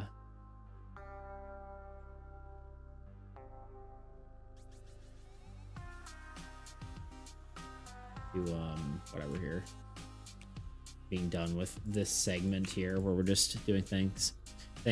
Gotta think about this a bit still. Everyone I know knows about armies at this point, but it's also weird because I can't play it with anyone since I only have a phone. Yeah, the game jam is a good marketing move, so I can maybe need to promote that along with the videos. Yeah, I mean, you can always share my short if you want to do that, but yeah, like, that is weird. I wonder if there is a way I can get the game on mobile. Does the screentop.gg version work on mobile? I kind of doubt it. It probably would be a horrible experience. Let's find out.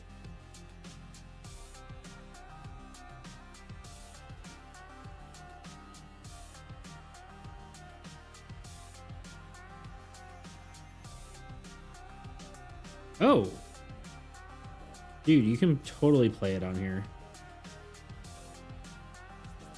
Yeah, you could 100% play armies on mobile. Yeah, I 100% can. Wait, hold on. Look at that. There it is. You can zoom in. You can easily move cards around. That's actually huge. I didn't even think about that. Okay, now it's not working. It was working when my fingers were... Oh, I didn't join as a player, that's why. Yeah, look at that.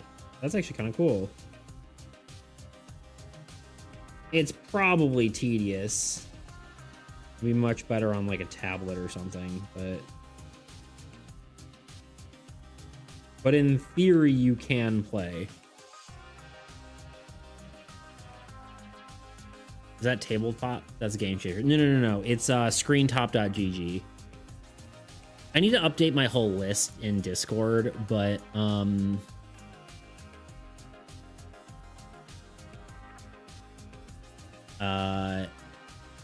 yeah, if you go to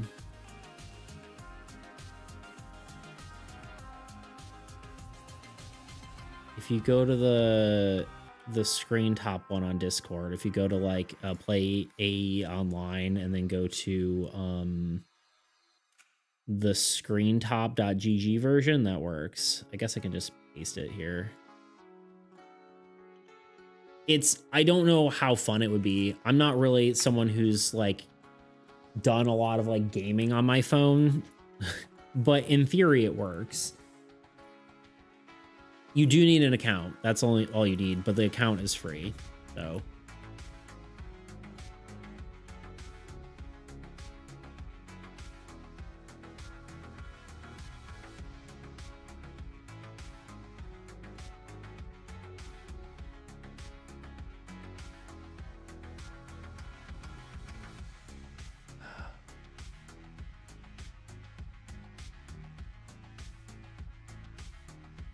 okay, so there's some notes here I have that I don't know what they mean.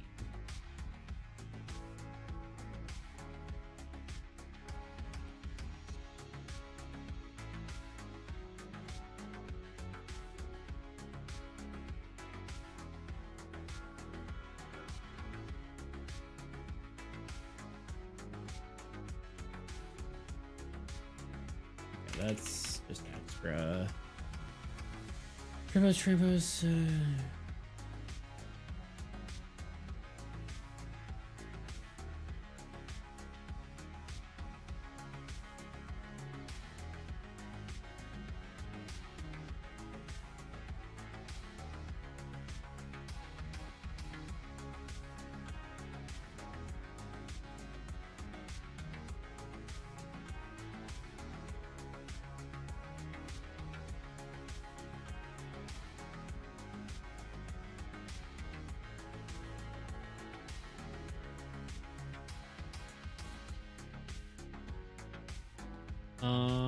Growth card immediately is weird. Oh, so we did remove that too.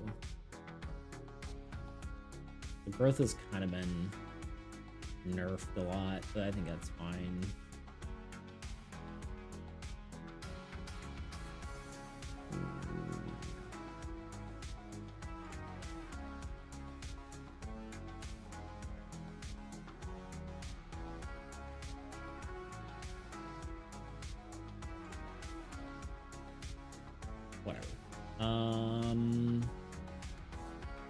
All kind of sounds like do some base attack in order to attack. Oh, okay. That I fixed then. I think. I mean, it's crossed off, so it must be.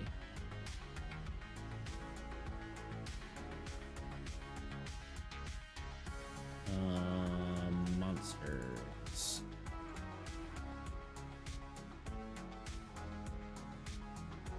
I've not seen divination before, but it works. That's good. Divination? Yeah, divination's a cool card. We don't use it a ton, I think is part of it. It's a lot better now though.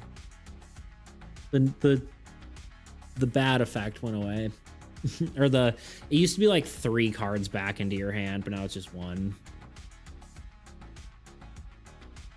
But nice. Cool. Yeah, it works. I don't know how nice it would be on a phone. I feel like it'd be kind of tedious, but it'd be better on like a tablet probably, but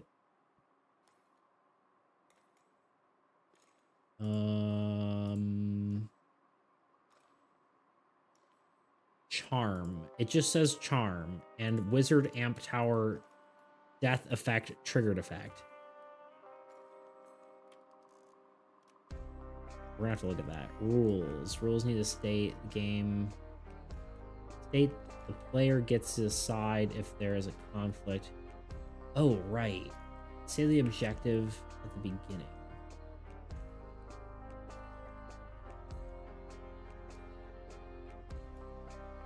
All right, let's just put that at the top. We can figure that out later. I think I accidentally got rid of something on the rules where it like says that you get to choose. Why are you doing that? Why is the formatting so bad sometimes? Stop. There we go. Oh, here it is. Charm. I think we fixed charm there, so that's fine.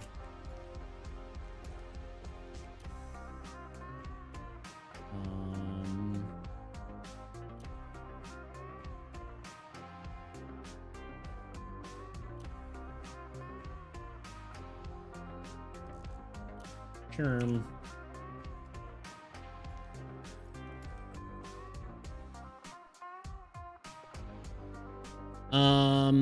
It's pretty tedious because you gotta flip each individual card, and I don't know how you enlarge it to see the effects better, but it's functional. I can try with my friend. I think you can like pinch and squeeze, right? Or whatever it's called, pinch, like do the pinch drag to zoom in. Right? I mean, you have to zoom in really far.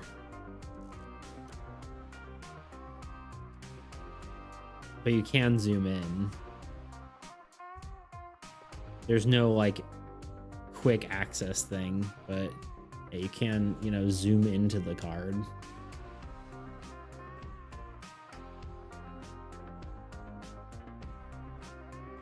But yeah, in theory, you can play it on mobile, which is kind of cool. But if you play with a friend who has a computer, they could maybe help, you know, help play it too, potentially. God of Devotion should probably be a base effect, not a unit effect.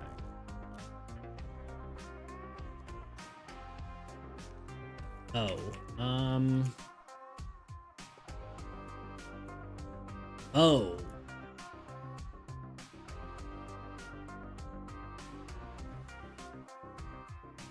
Did I change that?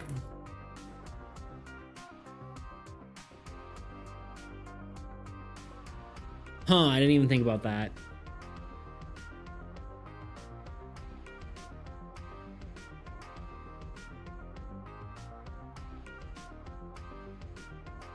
Huh.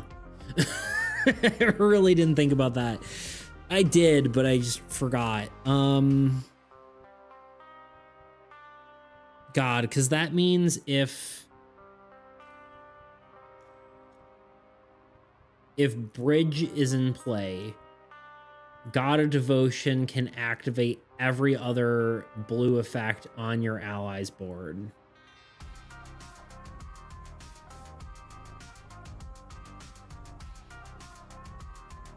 Huh.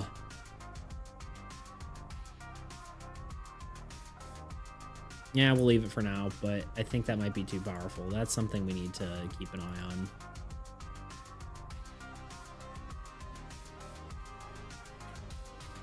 Wizard Amp Tower Death Effect true. What does that even mean?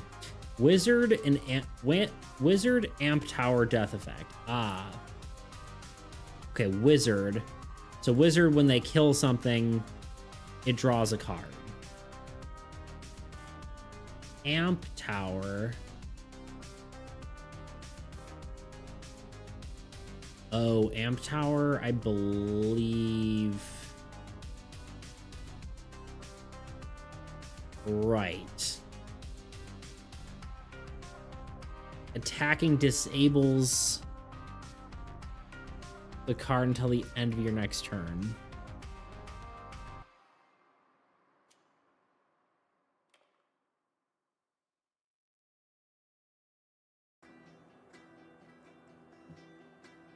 I need to pull up the rule book. Yeah, this is just gonna be the easiest way. So what's happening here is the order of operations. Sorry, I had to like re-understand it. The problem is triggered effects probably should happen before death effects.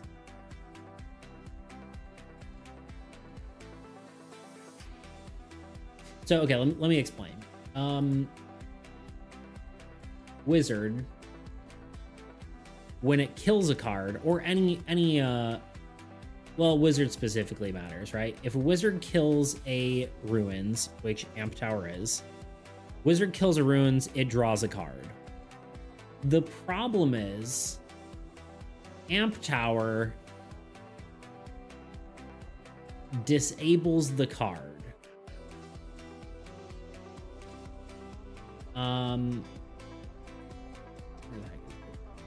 It disables the card that is attacking it.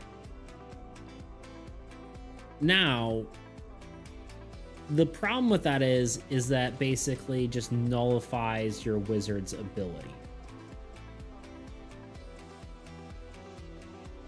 Which is maybe okay for a one-card interaction, but is there any reason that triggered effects shouldn't happen before death effects or defeated effects?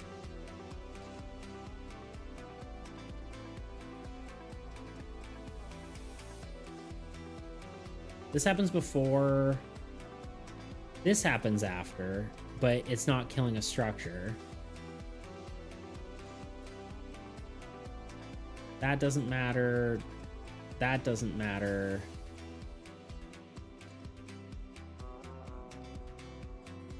That doesn't matter. This doesn't matter.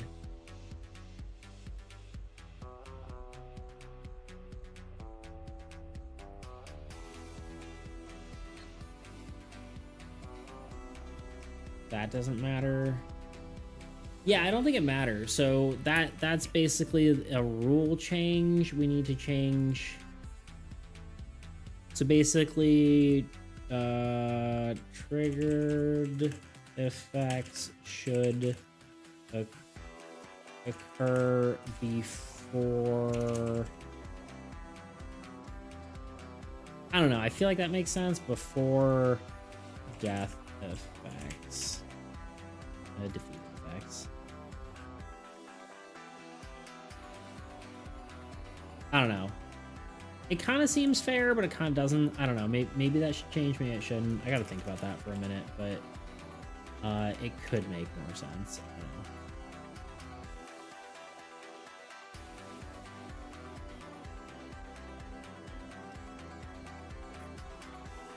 I mean, if it's wordier, like when destroy, disable a card that destroys it, I'd say wizard's effect should still happen, but this way it happens directly after the attack, and the attack ends before the card is destroyed, so that means it's good like this. So the wording is fine, the order of operations is wrong, right? Because the order of operations, this is how things should occur. What happens is the death effect triggers, right? So wizard kills Amp Tower. Wizard is then disabled. Then the wizard's triggered effect should trigger, which then means they don't get to draw their card. Which is fine, right? But at the same time, like, they should be able to trigger their card on the thing they kill, but the next turn they shouldn't be able to, you know, it's disabling that card. So right now it's the order of operations. Like, this is the sequence in which things should trigger. Anyway, it's an ad. This is the second ad I will miss if I don't do it now. So I will be right back, and we will have an hour of ad-free content after this. Yeah, so I'll be back.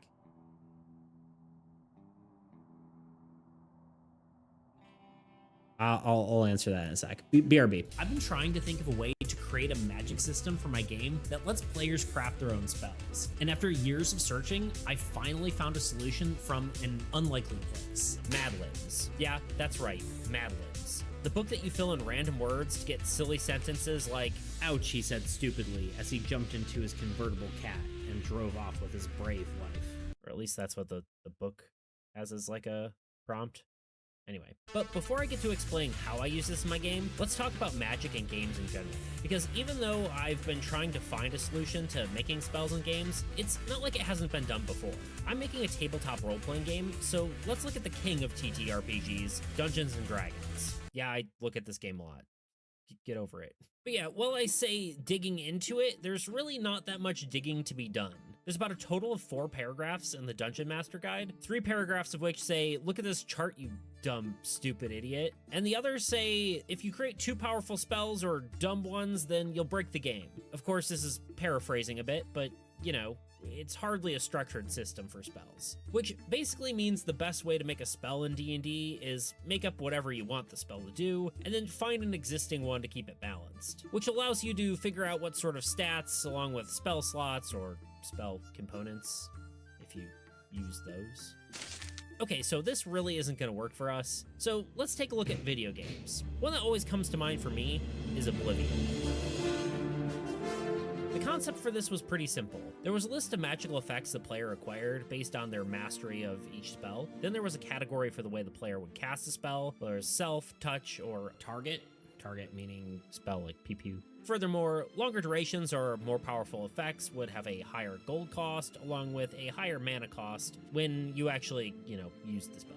So this is a pretty cool idea. However, in classic Bethesda style, it could be completely abused and made the game incredibly broken. For instance, I remember one time making a character with 100% chameleon, which basically made you invisible all the time, and other characters couldn't even see you even when you were attacking them. Or this one I found where someone used a drain effect to somehow become invisible riding a horse, seeing your own lifeless body. I don't know. Now, that isn't to say that in a tabletop RPG, a game master couldn't help balance this sort of system and make it fair, but that just kind of puts us back in the same problem of D&D's spell creation. Now, I know there's probably newer games that have better spell systems that exist. Like, I think Wizards of Legends is supposed to have some cool stuff, but I don't have time to play other people's games. Come on, what are you talking? I'm making my own game. Yeah, get out of here. Okay, but seriously, let's get to the point. I was pondering all of this over one day, and then it came to me. Mad Libs. A sentence with a bunch of blanks that you could fill with nouns, verbs, and adjectives to make a complete sentence. Or in my case, a spell with a bunch of blanks that could be filled with different elements, casting sizes, shapes, and durations. So rather than our other 2 examples, where you would either have someone creating something completely from scratch, or the other being just stacking spells on top of each other to make a new one, this gives you a base spell to fill with blanks, and then you can customize it how you like. For instance, let's say you had something like cast blank element, blank number of feet, and that affects a blank sized blank shape. I can fill that and say cast a fireball 30 feet that affects a 15-foot sized sphere. Or maybe something like cast water 10 feet away that affects a 100-foot cube. Now, one thing I neglected to mention is my game is card-based, so the spell base and components would end up being made out of cards rather than, writing it on a notepad, which I suppose makes it a lot more like another game. That's right. Apples to apples, which really just goes to show that everyone's stealing ideas from each other. I mean, apples to apples is just Mad Libs in card form, which leads me to my next point. Okay. At first, I was thinking I was super original with this idea, but I was lurking. I see you're on a break, but I'm gonna go sleep. All right, Tebow. Thank you for your patronage. The wording makes it seem like a card that attacks. Okay, let me oh wait. It's a death effect. Yes. So it only disables the card that destroys it. Yes. Wording makes it seem like the card that gets attacked gets disabled. The card that attacks gets disabled, correct. Which means you could attack with the hero with like 2 units, have altruism tank it, and then get the hero disabled. Sure. If it's a death effect, then I'm confused on the wording mostly. Okay, let me show you what happens here.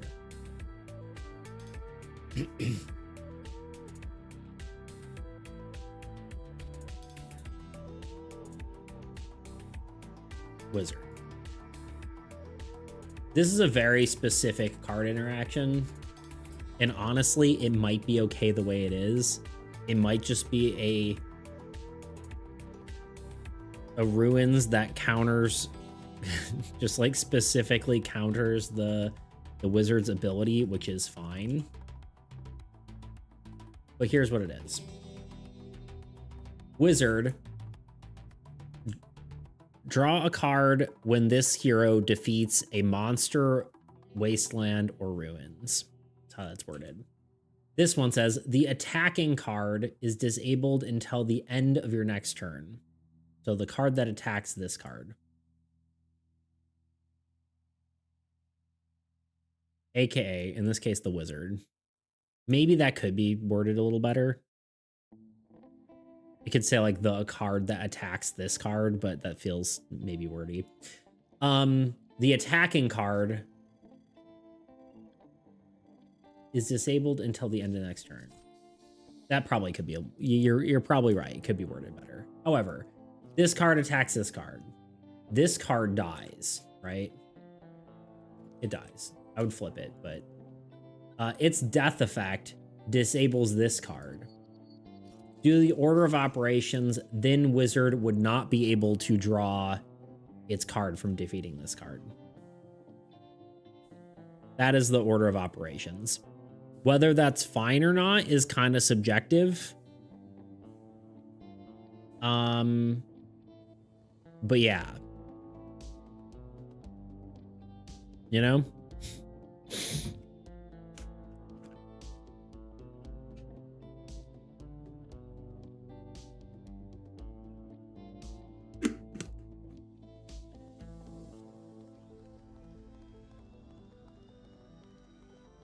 The fact that we now have damage sharing mechanics makes the effect interact differently. Not really, because the card's still the one that's attacking. Doesn't matter who's taking the damage. I don't think.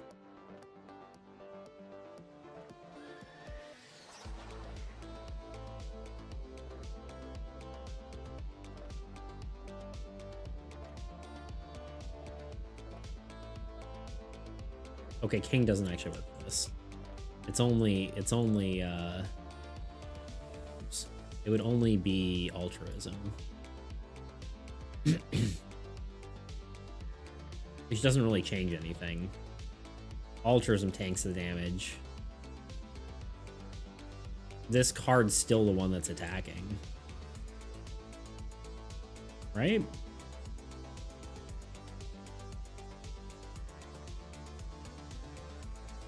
Yeah, but that's no different than allocating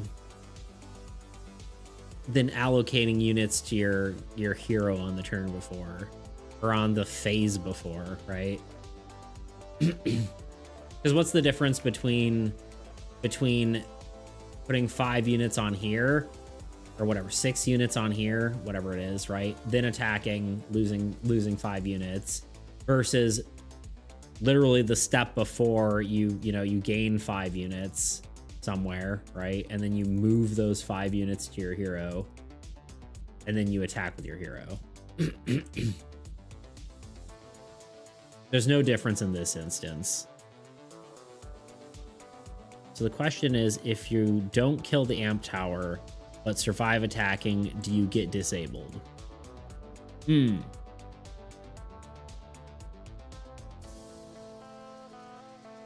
That is interesting. I guess that is something that could happen now. That's interesting. But yes. In this case, yes. Well, no. I see what you're saying. I understand what you're saying. Typically, yeah. Okay. I understand what you're saying now. That situation would hardly ever happen because there's not... Wait. No, wait, hold on. No, that couldn't happen. That can't happen.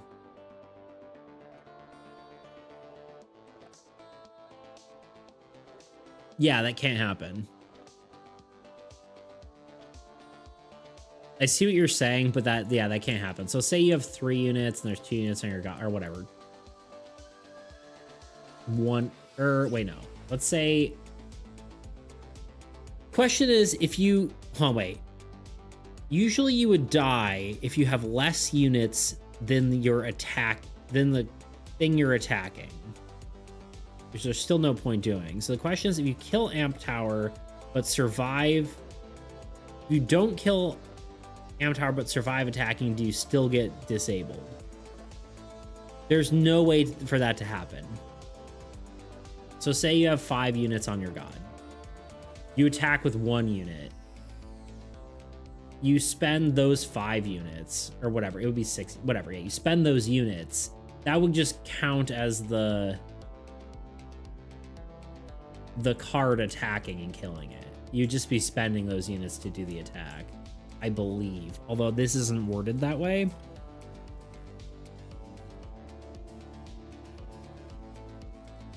How did I change the wording? Because that's not... Is that accurate? I see what you're saying. I see where the confusion is now. Before any card is about to take damage, you may... That's not the new wording. There's no way.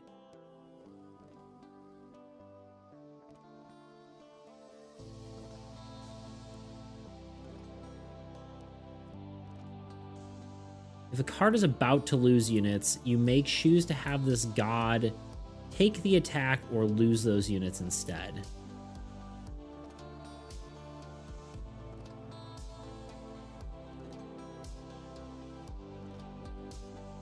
Ah.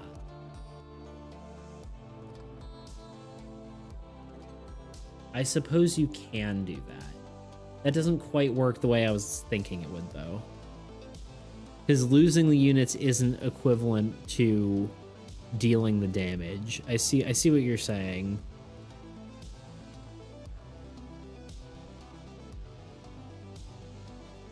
That's a whole different layer to altruism if it works that way.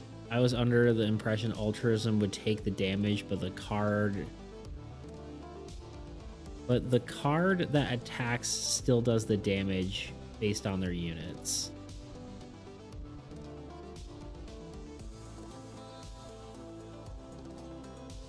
Yeah, it's a weird interaction that doesn't make sense, right? There's no reason to do it.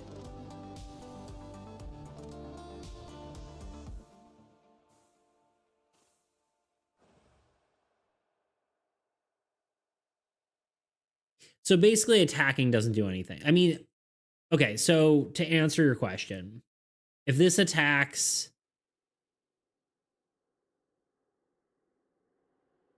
Yeah, this should say the card that defeats this card is disabled till the end of your next turn instead of the attacking card. Probably. But it is a defeated effect, so it has to be defeated in order for this to whatever. So yeah, even if this somehow could survive, which I guess technically is possible, if you attack and then you lose all your units, and then is attacked but somehow has not died, which I guess is how that would work. This doesn't die, this doesn't die, because this doesn't die, this doesn't get disabled. I guess there is a scenario where that could happen, I believe. Where you have like Chaos Keep, I guess.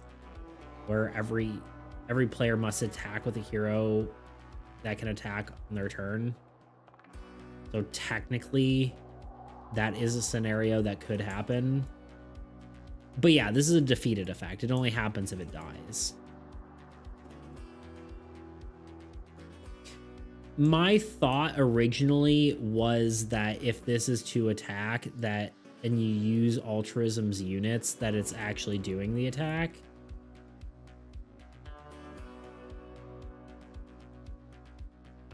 But now I'm lost. I need to test something.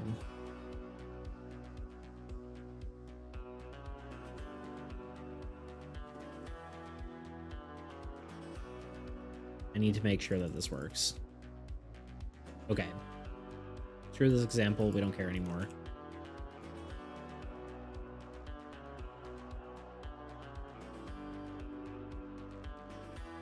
Okay. Blood Moon Assassin. This hero deals double damage and spends half as many when attacking, but takes double damage when being attacked.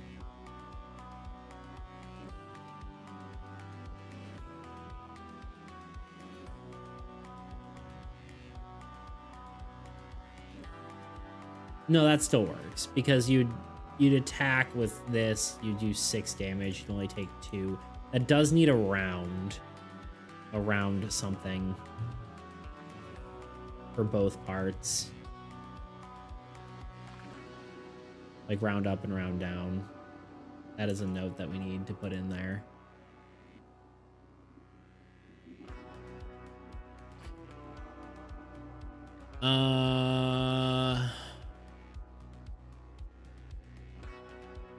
You brought up niche interactions, and then I brought up one that is way more niche. Yeah. Ooh. New little box character. What? Oh, yeah. It's Tebow. Another little guy. We're basically playtesting cards right now. Yeah. Long time no see, Fig. Indeed, Fig. Welcome on in. It's good to see you. I feel like we were talking about you the other day. Can't remember why. I was in Mexico. Oh, nice. That makes me want a burrito. Did someone say Fig? Just coming out of the woodwork. Say I had a Fig.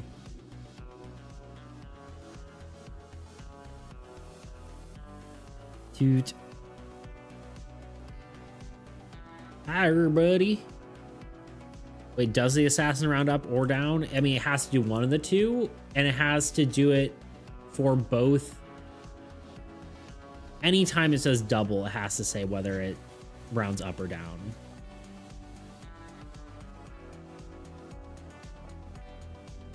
This hero deals double damage and spends half as many units. God, it should...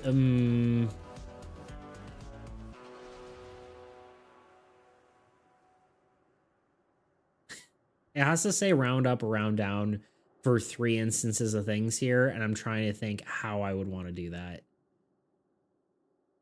Because I don't want that many words. It could just be one of them, like round up on all whatever.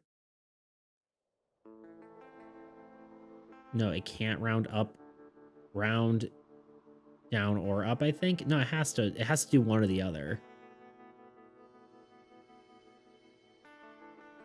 I mean, not dealing double damage, but... Oh, wait. Does it? Wait, hold on.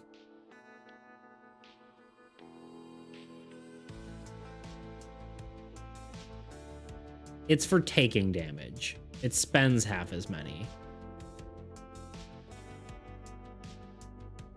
Dealing double is fine. Taking double is fine, but half as many has to round. Is that right? So if it has 3 units, it doubles. That's 6. Deals that damage. And then in theory,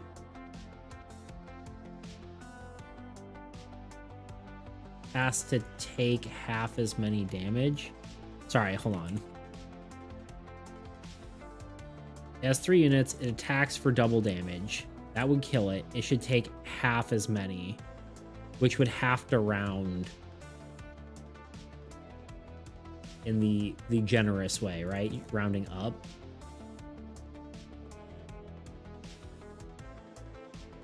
So half of 3 would be 1.5, so it would round up, right?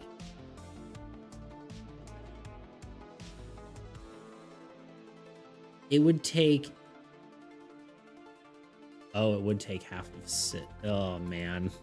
Okay, this card is not working. Got back yesterday. First thing I ate today was Taco Bell. Can't beat the bell. Honestly, I haven't had Taco Bell in so long. That sounds delicious. We're there for 2 weeks. Sorry for being MIA. No, you're totally good, Big. You never have to be here, you know? Wait, if it takes half of 6, it always dies. It would have to be half of 3. No. Okay, no. The way it's worded is right. Hold on. It deals double damage and spends half as many units. Half as many as what, though, I guess is the problem, right? So in theory, it deals 6 damage. Takes half of 5, right? Is that how that would work? Let's do it with more round numbers. Let's grab Chaos Keep, right? That's 10. Yeah. Let's do more rounded numbers. Just to make sure this works. Our card has, let's say, six units on it. That way it would deal double damage and still survive, in theory, if it was a normal card. So it's dealing double damage. So it deals 12. This isn't more round numbers, but that's okay. It deals 12 damage. And then it should take half of 10, which is 5.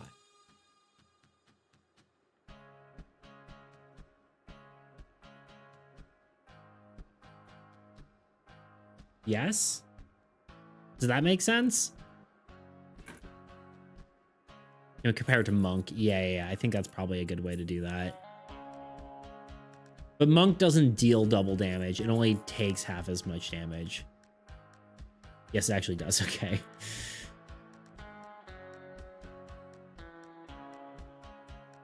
Also, too, a little something will be arriving for you soon. Is it a pickle?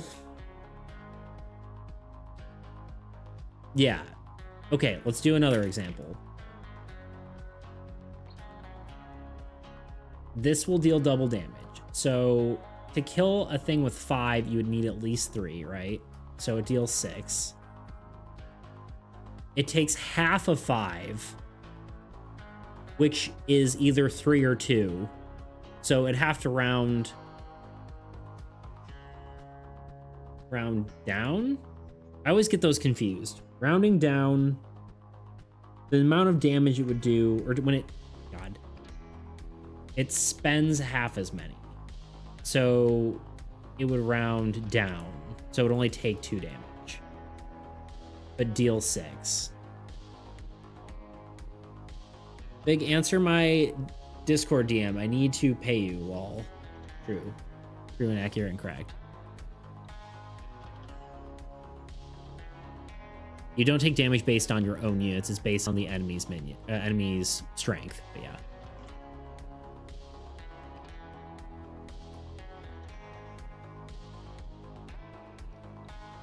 It would be round down, correct? Am I wrong in thinking that? So 5 rounded, or not 5. 2.5 rounded down is 2. Right, okay. So it'd have to be round down on the take half as much, but dealing double obviously doesn't need to say anything.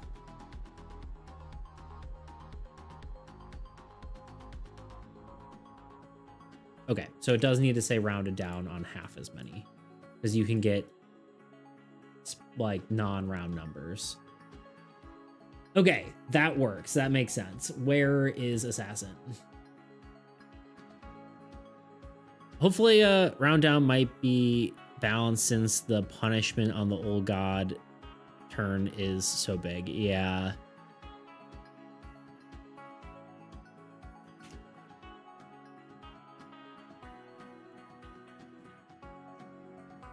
The only problem is I think this might end up being too wordy.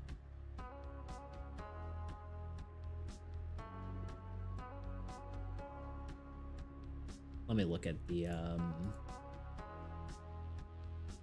think you're right. Let me look at Monk.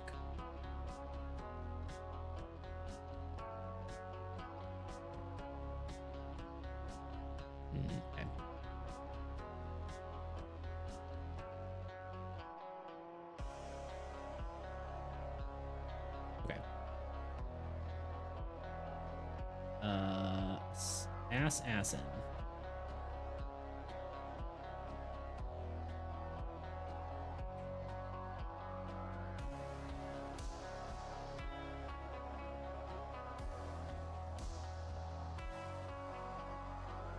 Do I do it? The hero deals double damage and spends half as many.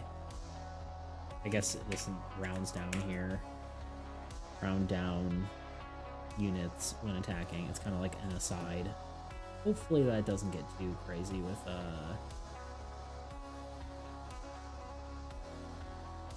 whatever here.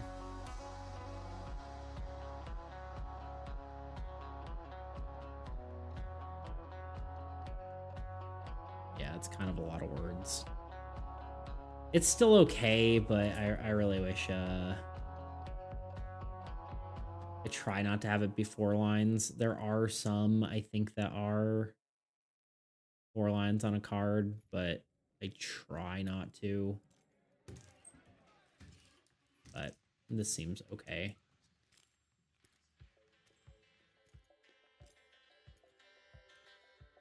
Yeah, it's okay.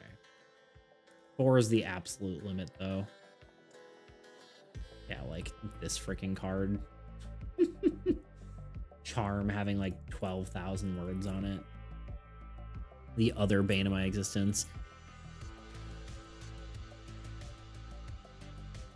Okay, another interaction. Does altruism take double damage, or is it taking? Yeah, we accounted for this. We're tanking the assassin treated damage attacked instead. Same question for monk. So the way altruism was reworded, we did account for this. The way it is reworded, if a card is about to lose units, you may choose to have this god take the attack or lose the units instead. I think that covers those situations. Am I wrong? I think that makes sense. Also, I unfortunately cannot finish the Hodl Oddle, as 2 of the yarns I started with have been discontinued. No! I can show you what I have on Discord. I could sort of finish him with just without legs, so it's just a Hodl hoot. Indeed. Love it. Just a Hodl oot. Also, to answer the mage interaction, I like it getting disabled against Amp Tower. Yeah, it's probably fine. But yeah, if you want to share, feel free, Fig. You're always welcome to share your work.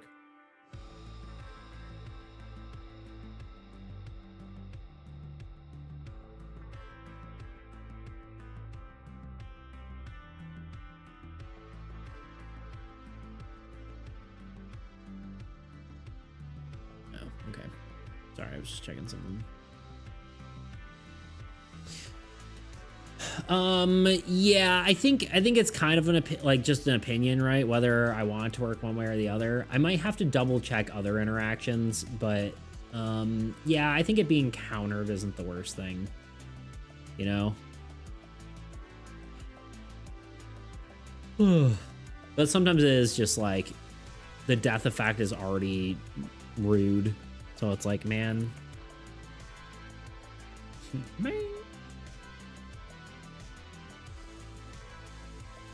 But we'll see. I'll think about it. I'm gonna ponder on that one. Okay, I think we're through all the patch notes.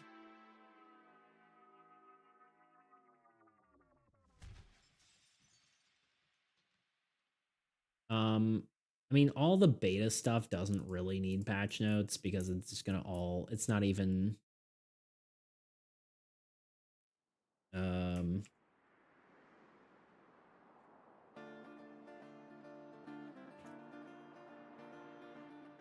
it's not really in the full game, but sometimes it's nice to just have the thing there. This will be a question. I'll have to think about that. I'll have to check some other interactions to see if there's anything else that acts like that. Can we lastly check out what card altruism is missing. Yeah, let's actually just let's reset this.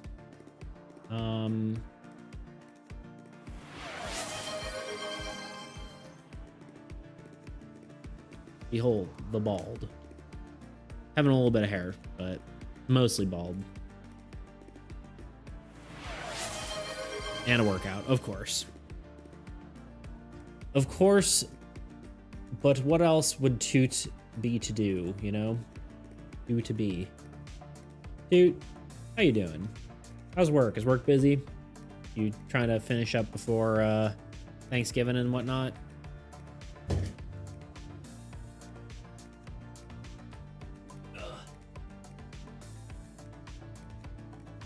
Ever just feel nice laying on the floor? My back. Okay.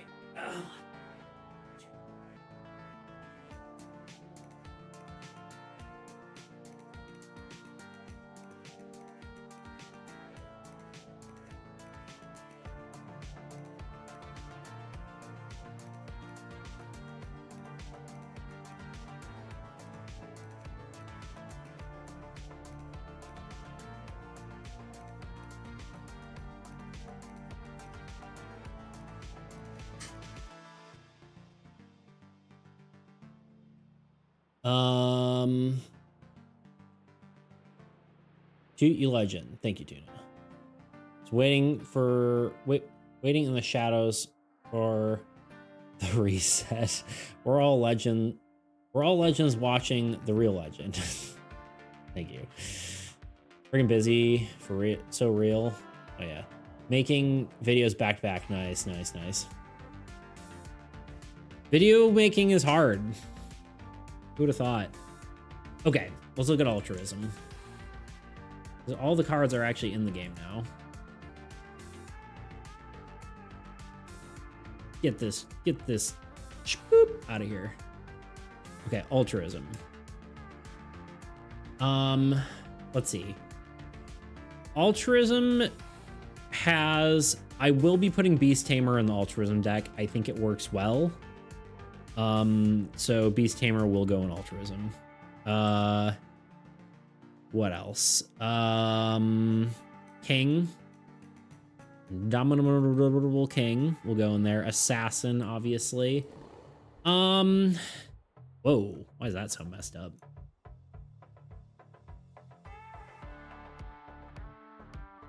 Huh?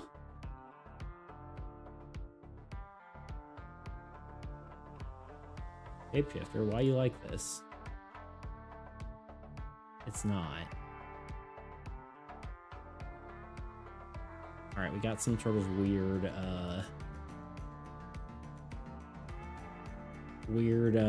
error there. We'll have to look into that. It's as chaotic as the chat, yeah, for sure. I don't know why that's weird like that. I'll have to fix that. Shapeshifter could go in here. I don't necessarily think they need to, but it is a possibility. We did make it. I think honestly they would really fit well into the mage deck,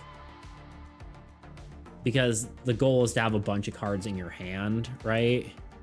Yeah, magic or yeah, exactly. Magic or maybe God of Destruction might also be good. With like a necromancy altar, so as your cards are put back into your hand, you can still have the power of your other cards. So that could be potentially a option for them. Which these are going to be all sorts of messed up, but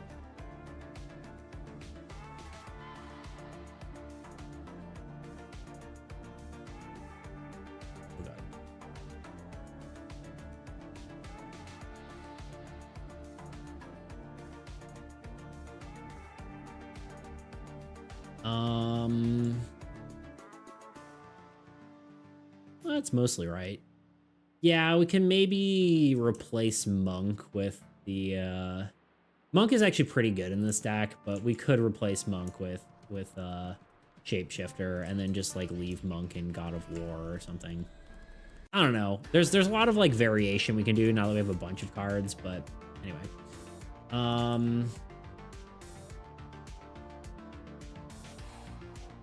really like being in Magic because you have a ton of options. Yeah, I think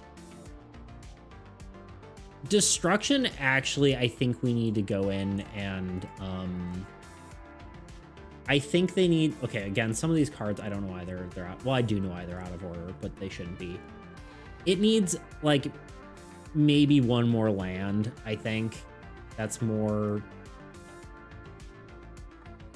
specific. Like, I think making a bog would be cool, something kind of like the swamp but different, or something along those lines. I think they need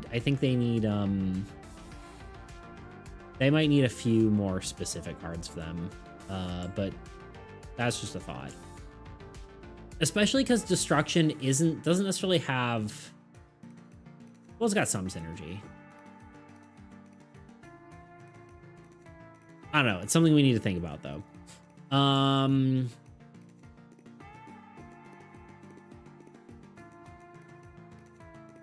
Okay. These three heroes. The fourth, I think we probably will just pick from something. We just pick an existing hero. Spells, we basically have nothing. There's no spells to be chosen from. There's no like specific spells. We do have Church of the Desolate Dusk and Church of the Radiant Dawn. We also have Sky.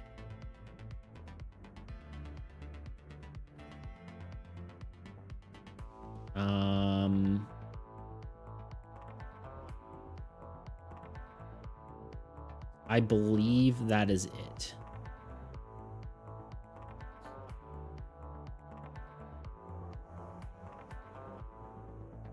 We could do Airship. It isn't in a deck right now, but I don't know if that necessarily is necessary. Like, it's kind of like a, it doesn't really fit anything, but we could put it in there if we want to just like make sure this card somewhere, which essentially makes sure all structures become active without having lands, including this one, which is cool. And it removes, or if you remove 4 units from it, it can carry it and a hero to your other side of the board.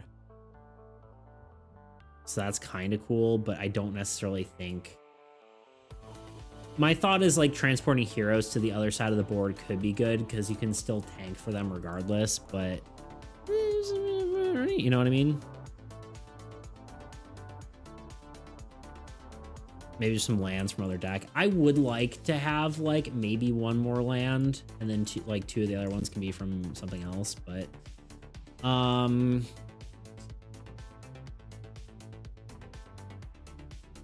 hi. What are you doing? Yeah, thank goodness we cut your claws, because now you don't hurt me when you try to grab me. Hey. Yeah? You rolling around?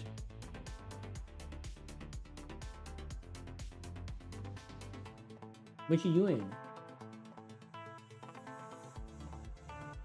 You being stretchy? Yeah? This dork. I agree with you, Tuna. We probably can just take things from other decks.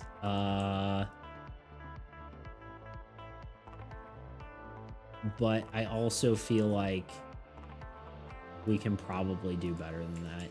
I also like how these two cards, oh god.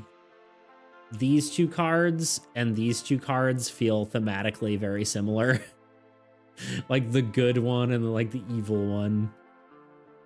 Give Luna love for me. I gotta catch up on some work. Everyone have an amazing Thanksgiving if you celebrate. Indeed, you too, Fig. I shall. See, there could be more lands. Yeah, we're also just like neglecting lands at that point. But to your point, we could just like throw forest in there, maybe. We could throw village in there, maybe. for extra unit gen. Oh. Hey, what do you do? What do you do? What do you do?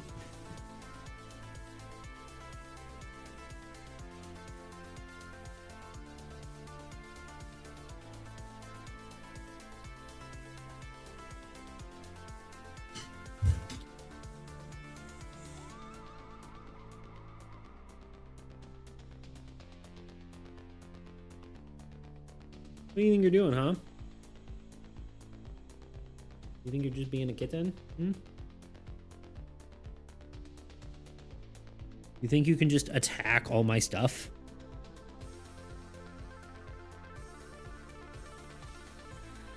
You think about a land that gives more units when your god is low on units? Maybe. I think what's weird about that is that there are some gods that never have units on them. So I don't know if that quite works. I guess it would just be better on them instead of it being like, it would be technically anti-synergy with altruism. I would think. But yeah, we could fill out this deck if we really wanted to, right? I just think we probably should make a few more lands. Probably at least one. And then maybe one or two spells. Because our spells are getting kind of like samey. Honestly, divination probably would be good on altruism. Because then you kind of know what's coming, so you can know how to tank for it, right? So hey. She's extra clawing at my stuff because I cut her nails and she feels weird about it. Like Tundra would be good. But yeah, ideally we do like 2 spells and like 1 more land. Like I think each deck should probably have 2 of each type of card kind of specifically for it, and then we can kind of fill in with the rest of the cards. Does that make sense? The weird part to me is just you can just move the units off the god to make it permanent. Wait. It could give the units directly to the god, but the idea is that my Strike It Rich earlier on.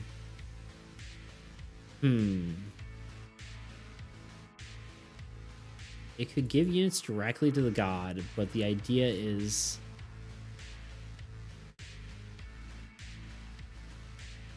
oh, it's a mine. Yeah, like a cave or a mine. I was thinking about that earlier.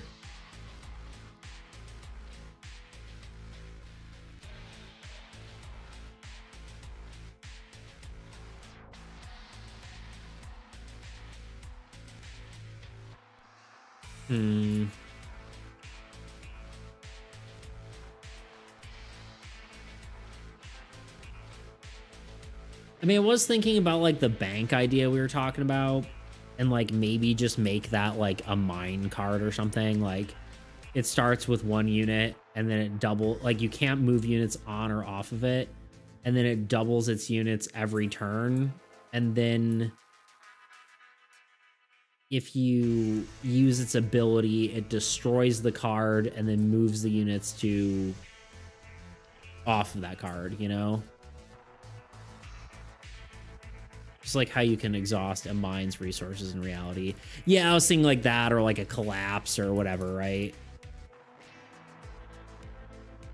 Like thematically, it's like, oh, you've got all the resource out, it's collapsing, or whatever. You know, like this is something like that, right? Or yeah, I guess once you exhaust all the resources, it's no longer viable, whatever. I'm trying to think how that would be as far as like number of units generated if that gets like way too ridiculous, right? So say you have a card, you play it. I mean, I guess you can never have access to the units until later.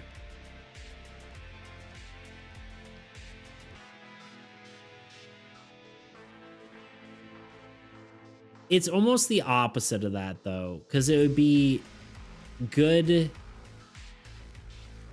It'd be terrible early game, but really good late game is kind of the way I'm looking at it. And I don't know if it's necessarily good for altruism. In fact, it's probably bad for altruism. But the idea would be it gains... When you play it, on its unit phase, it doubles its unit, so it's 2. The next turn, it doubles its units again, so it's at 4. Next turn, it doubles to 8. But you can't move any of these units off of the card, is the idea. Once you move the units off the card dies.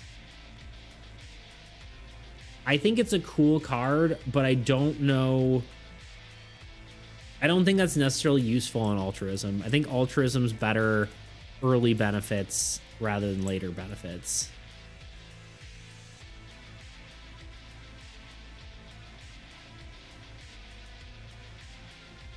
Feels like it should be a structure to balance it.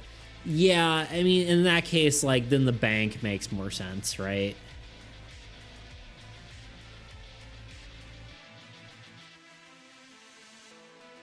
But again, I don't know if that necessarily feels like a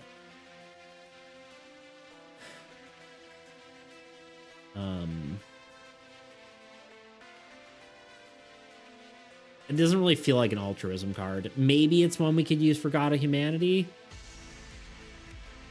Because God of Humanity, I feel like, should just be some good cards put together.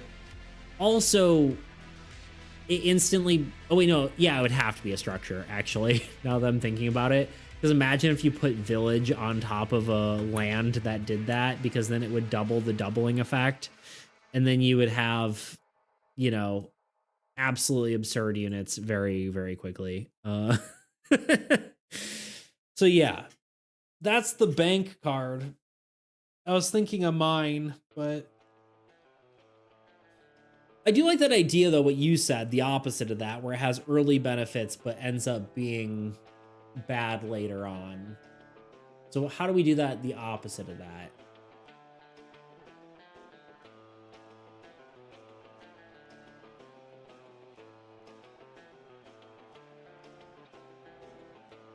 God, capitalism, indeed. What did I miss? Everything. No, honestly, it was mostly just, we're just mostly been discussing, we were just updating some stuff, doing some of the tedious nitty gritty, like sorting out card information and stuff, making sure things are worded correctly. Getting attacked by my cat. What do you think you're doing? You want attention?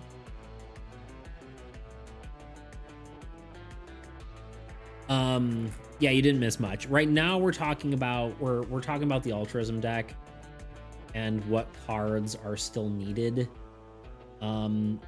These are the ones specifically created. Hinton, stop, please. The love of fluff. Come here, come here, come here, come here, come here.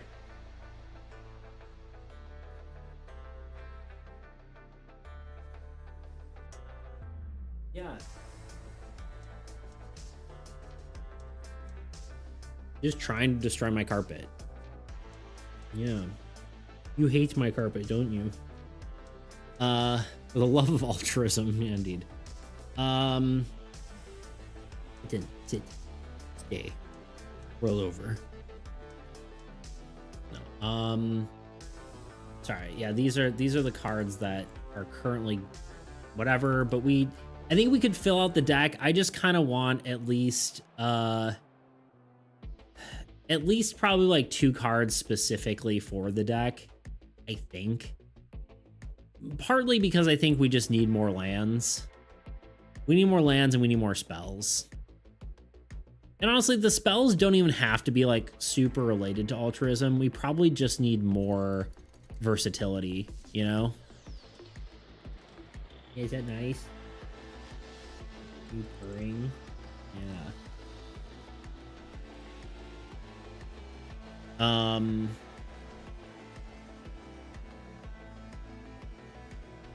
I do like that idea though, Tuna, of something, yeah, like a mine that when you use it, like, yeah, you gain lots of units early, but less units later on. I'm trying to, but the problem is gaining too many, like, gaining too many units early means,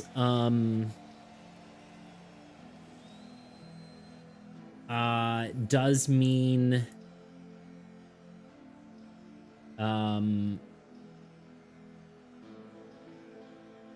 it can upset the balance of the game, unfortunately.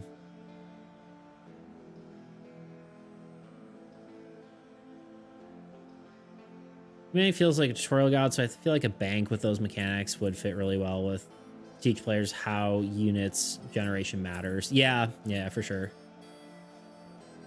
Yeah, I'm trying to decide on Humanity if I want to like make stuff based around like placing card mechanics, because that's kind of how it works, right? You place a card, you get an additional unit. So I don't know if I want to make cards like when you place a card, do X, you know, like different, like more cards that do that in their deck. But yeah, I agree. You could double the units, but with a maximum cap of how much it can gain each turn. I could see that.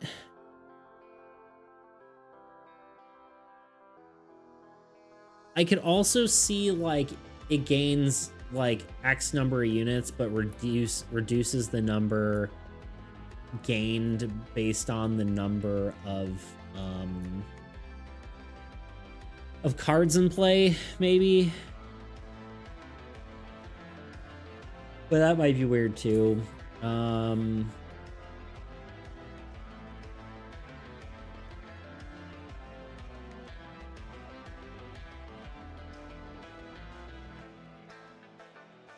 Honestly, doubling anything is like so risky to put in the game. Even the assassin seems like it might be a little bit much.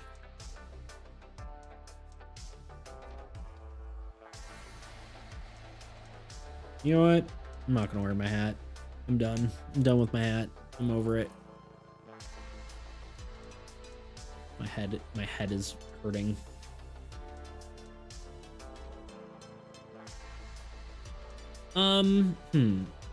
Girl.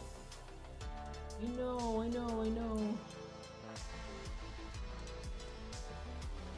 What a kitten. Yeah, the problem with like a maximum cap is like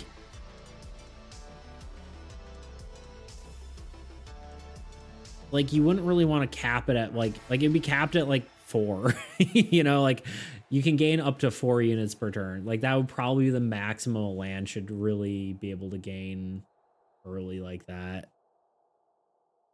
I'm thinking about if mine could have some punishing mechanic, so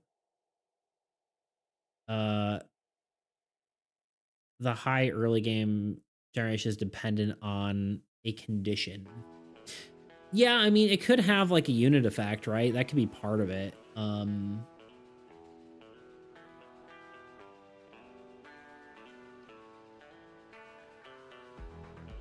Or like a detrimental effect based on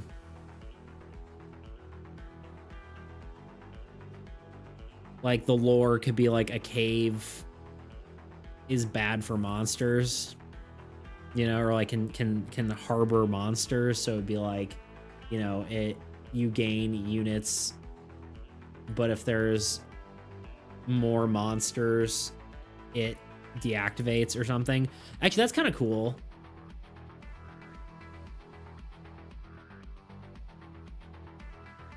Like gain 1 unit or gain like 4 units per turn, but lower that number by 1 for each minion on the board. Something like that.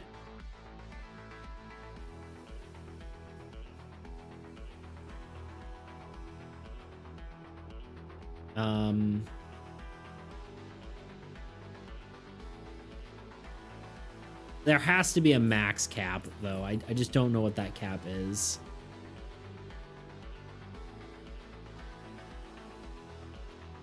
Go into the negatives. Yeah, I think... I mean, it could be. Wait, Han, that doesn't work though, does it?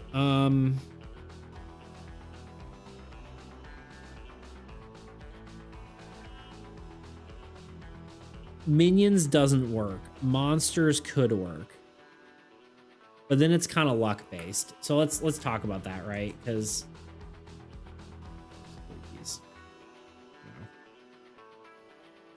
the reason minions doesn't work.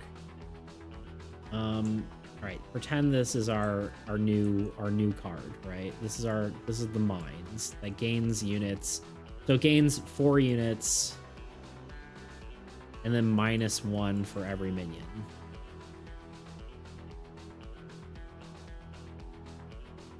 The problem is your first turn you gain 4 units.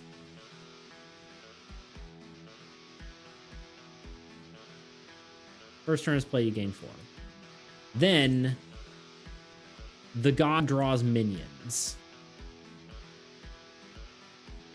So then your next turn you only gain 2. Which makes sense, right? Sorry, you gain 4 and then you gain 2. You kill those minions, they die. But then your turn ends and then it draws 2 more minions. Right? There's always going to be two minions at the start of your turn, unless your other player goes first, kills them, and then it's your turn. So then it could do 4. Maybe that's okay. It would incentivize you not taking your turn first, which is interesting. And incentivize your ally killing the minions before it's your turn. That's weird and interesting. Huh. How do we feel about that?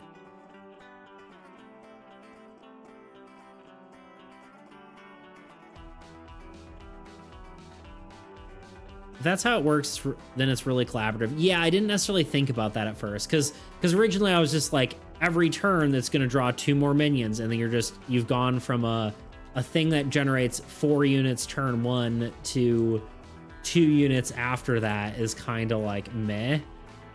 But I think that could work. You basically need your ally to help you enable the mines. Yeah, I didn't think about that at first. I think that's cool. And altruism's probably a good one for that, because altruism's mainly being defensive, so the first player being more offensive is probably okay. Because usually they're going to eliminate a bunch of stuff, and you're going to have like a smaller amount of stuff left to kill, so...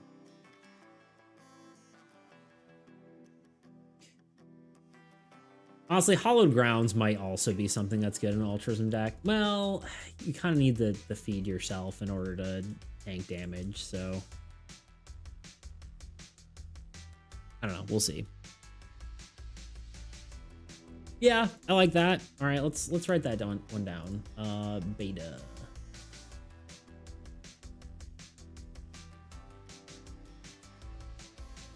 Yeah, I'm kind of getting like, I almost think I might need to take a break from this soon, because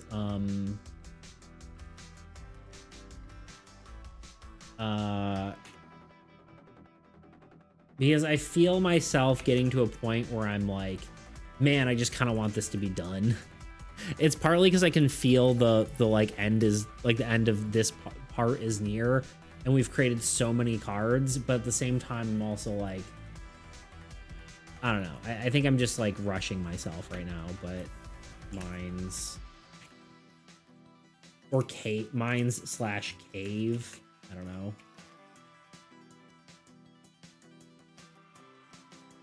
There's so much work done already. You can chill now. Yeah, it's kind of how I'm feeling, but it's I don't know.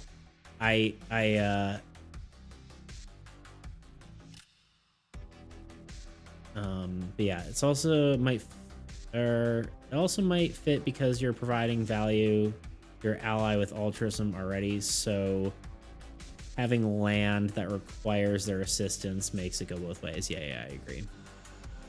Cave, mine, whatever you want to call it. Gain 4 units in unit phase. This number is reduced by 1 for each minion alive. Okay, we got another break. I'll be back in 3-ish minutes.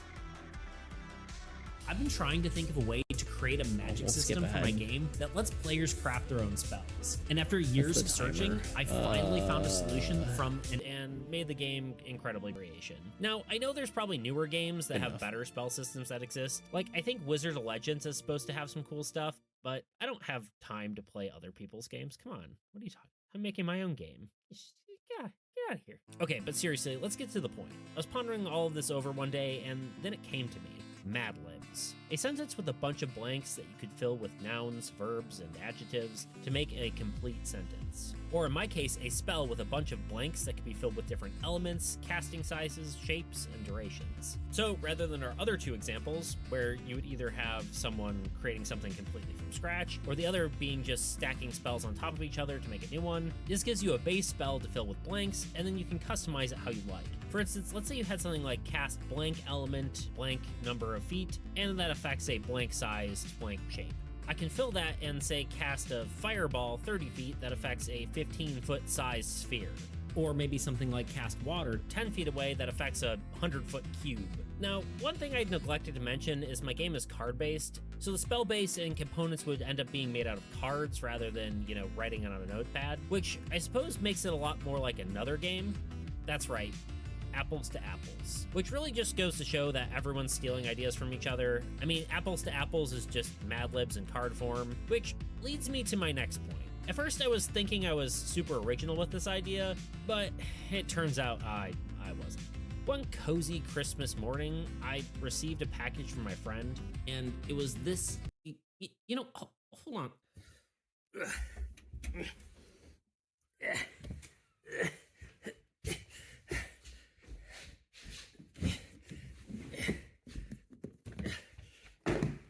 This game, Cryptozoic Entertainment's Epic Spell Wars of the Battle Wizards, Duel at Mount Skullfire, is a very similar game. All right, back into the recording closet I go. The game goes like this. You are wizards battling each other. And to do that, of course, you have to cast spells. Casting a spell consists of 3 components: a source, a quality, and a delivery. A spell can consist of just one of these components, or up to all 3, but not more than one of each, unless the card specifies, but yeah. Then combining all these cards together makes a full spell. There is some other nuance to this, like magic types. Before the timer is over. Whoa. The game has a little bit more complexity, but that's the main So in theory... Okay. I was actually just thinking about what I just said. I was like, why am I, feeling tense about it? Once you're satisfied with AAE, what we like to stream, at this point, I think you can accept streaming as hobby since you're doing all this work anyways. Oh, I mean, we're gonna definitely be doing streaming, yeah, pretty much regardless of how whatever goes, right?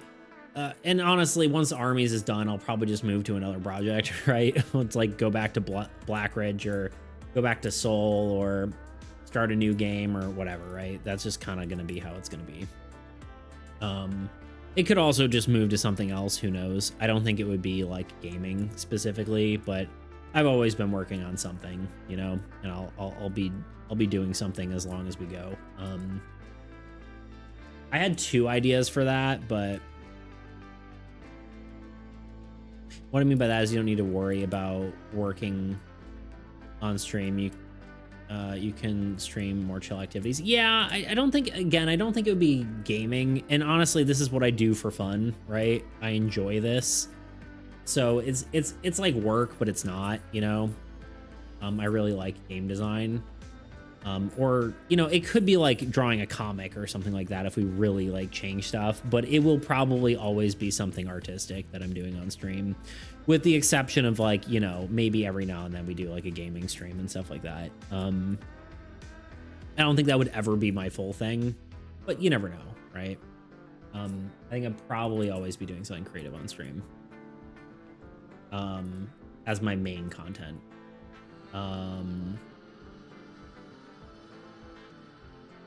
But armies, like the full game plan, we did all this. Well, we didn't do this, but oh god. Oh god. Oh god. Oh god, help. What in the huh? Why is it the game plan for armies, the total game plan, like the end goal at this point. Here's how I see it. There is the pre-built decks.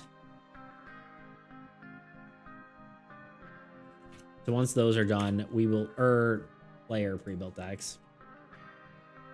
And then we would make Old God a pre-built decks.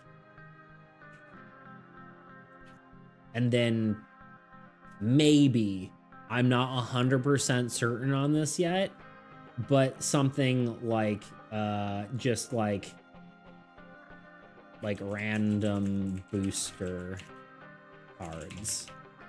Question mark, question mark, question mark. This might be enough cards to just like say we're gonna sell the game like this. But I don't know. The problem is we can't sell the game until we have enough people who are wanting to buy the game. So working on the game is advertisement for the game, right? But yeah. You'll always be an artist. I think some variety is important for you to not get super burnt out. Yeah, I think I'm getting close to like the burnt out thing, but here's part of the problem. I think I was just thinking about this as I was on my break there for half a second. I think the problem is I don't have a goal right now. Well, like I have a goal. My goal is to, you know, finish the pre-built decks. But the problem is I don't have a finish line right now. You know?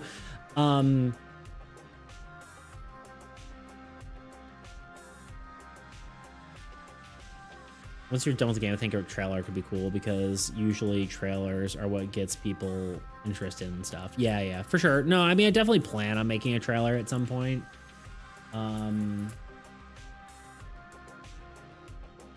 But yeah, I probably need like a cinematic trailer and then also like a, what's it called? A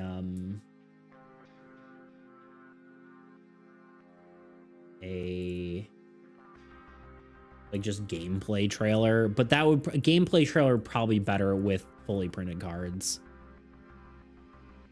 The problem with the finishing pre-built deck right now is it's just very nebulous, right? I don't have, I'm like, okay, well, how many cards do we need? Well, we need probably about, you know, 2 to 3 here, and then maybe we'll need some for, you know, God of Destruction, because we kind of just haphazardly threw that one together, and right, that's kind of how I'm feeling. Like these Destruction, I feel like needs some more cards that are specific to it now that we've like actually are deck building, because Destruction, we were just kind of tested it out, like, oh, it seems to have the most cards that work, you know? And then Humanity doesn't have anything, really. So, like, ideally, we make these decks, but I don't know how many cards that is. So probably the best thing for us to do is actually talk about this, design each card we need to make, and then I know exactly what I need to do, you know? And then maybe we have some extra cards as we kind of do the redeems and stuff like that. But, yeah, right? The trailer could just be a culmination, like commulation. I'm like, why does that not sound right? Why am I saying words wrong? Of all the effort into one thing, and then you can really all come together and brainstorm it. Yeah, I mean, it depends on like what we're going for a trailer. I have an idea of like a cinematic trailer, but it almost looks like the intro of the what's it called? Of the how to play video, honestly. I started like, I didn't even write anything. I kind of just brainstormed with ChatGPT about it.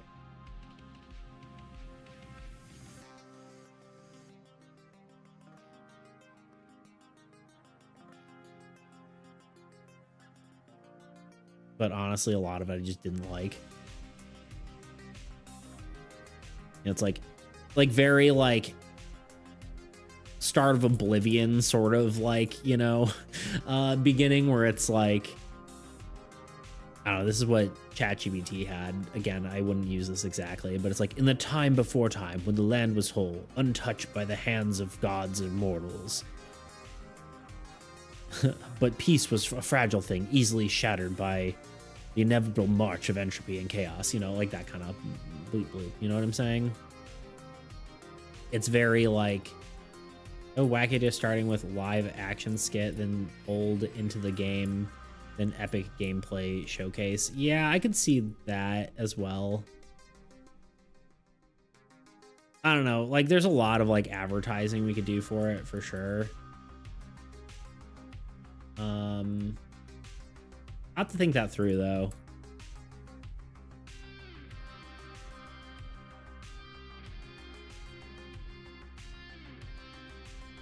I don't know. It's like it's interesting to like wonder what that would even. Well, comedic advertising personally, yeah, me too. Yeah, I suppose that's true. I'm thinking about that.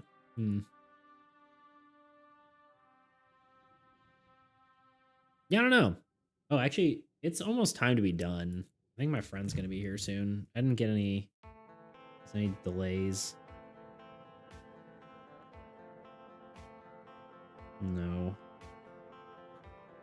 Honestly, we might need to call it, because he didn't say anything that he was gonna be late, and it'd probably be good for me to just have my brain somewhat unfried. It'll probably take him a little while to get here because Thanksgiving traffic is always horrible, like the day before Thanksgiving. But in short, let's write this down. If I have to go immediately, if I have to go, oh, okay, gotta go, then then we will. But let's talk about this real quick for a second.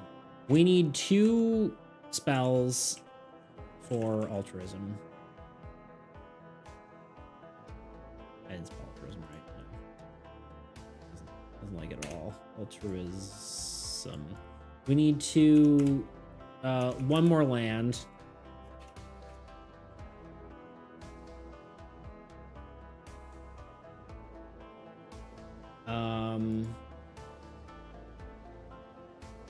I could see.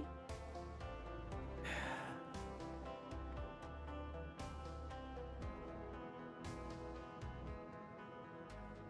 don't know what car he's in.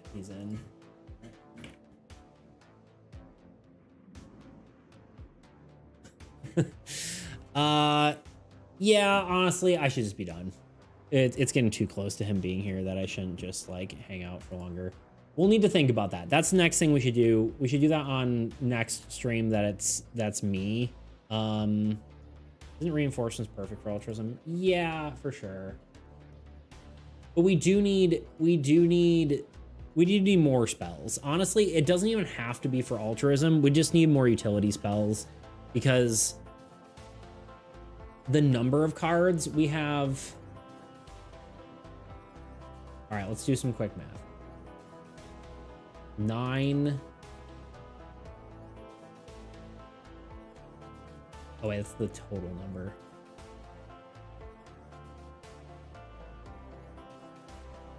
Tuna, write this down. Say it as I do it. We've got 9 plus 21 heroes. 8.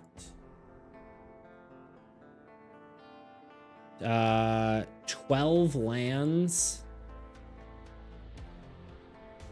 8 plus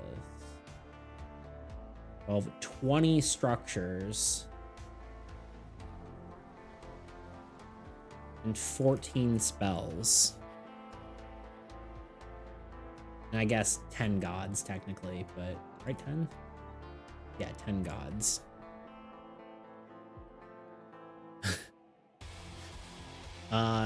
That is not, thank you. The heroes and structures balance is pretty decent, but we really kind of need, I'm like 99% sure that was him. We needed more balance. We need like 8 lands and like 6 structures, you know, or 6 spells. So we really need to work on that next time. So I'm like 99% sure that was him though, driving by. So I'm gonna get out of here. Let's raid someone real quick. Yeah, it's definitely him. Actually, I don't even know if I have time to raid someone. Is there anyone following? Sure, we'll raid this guy. Go, go, go. All right, Tuna, goodbye. Have fun. I will see you Friday. We'll have a cool special stream. Love y'all. See you later. Raid now. Go.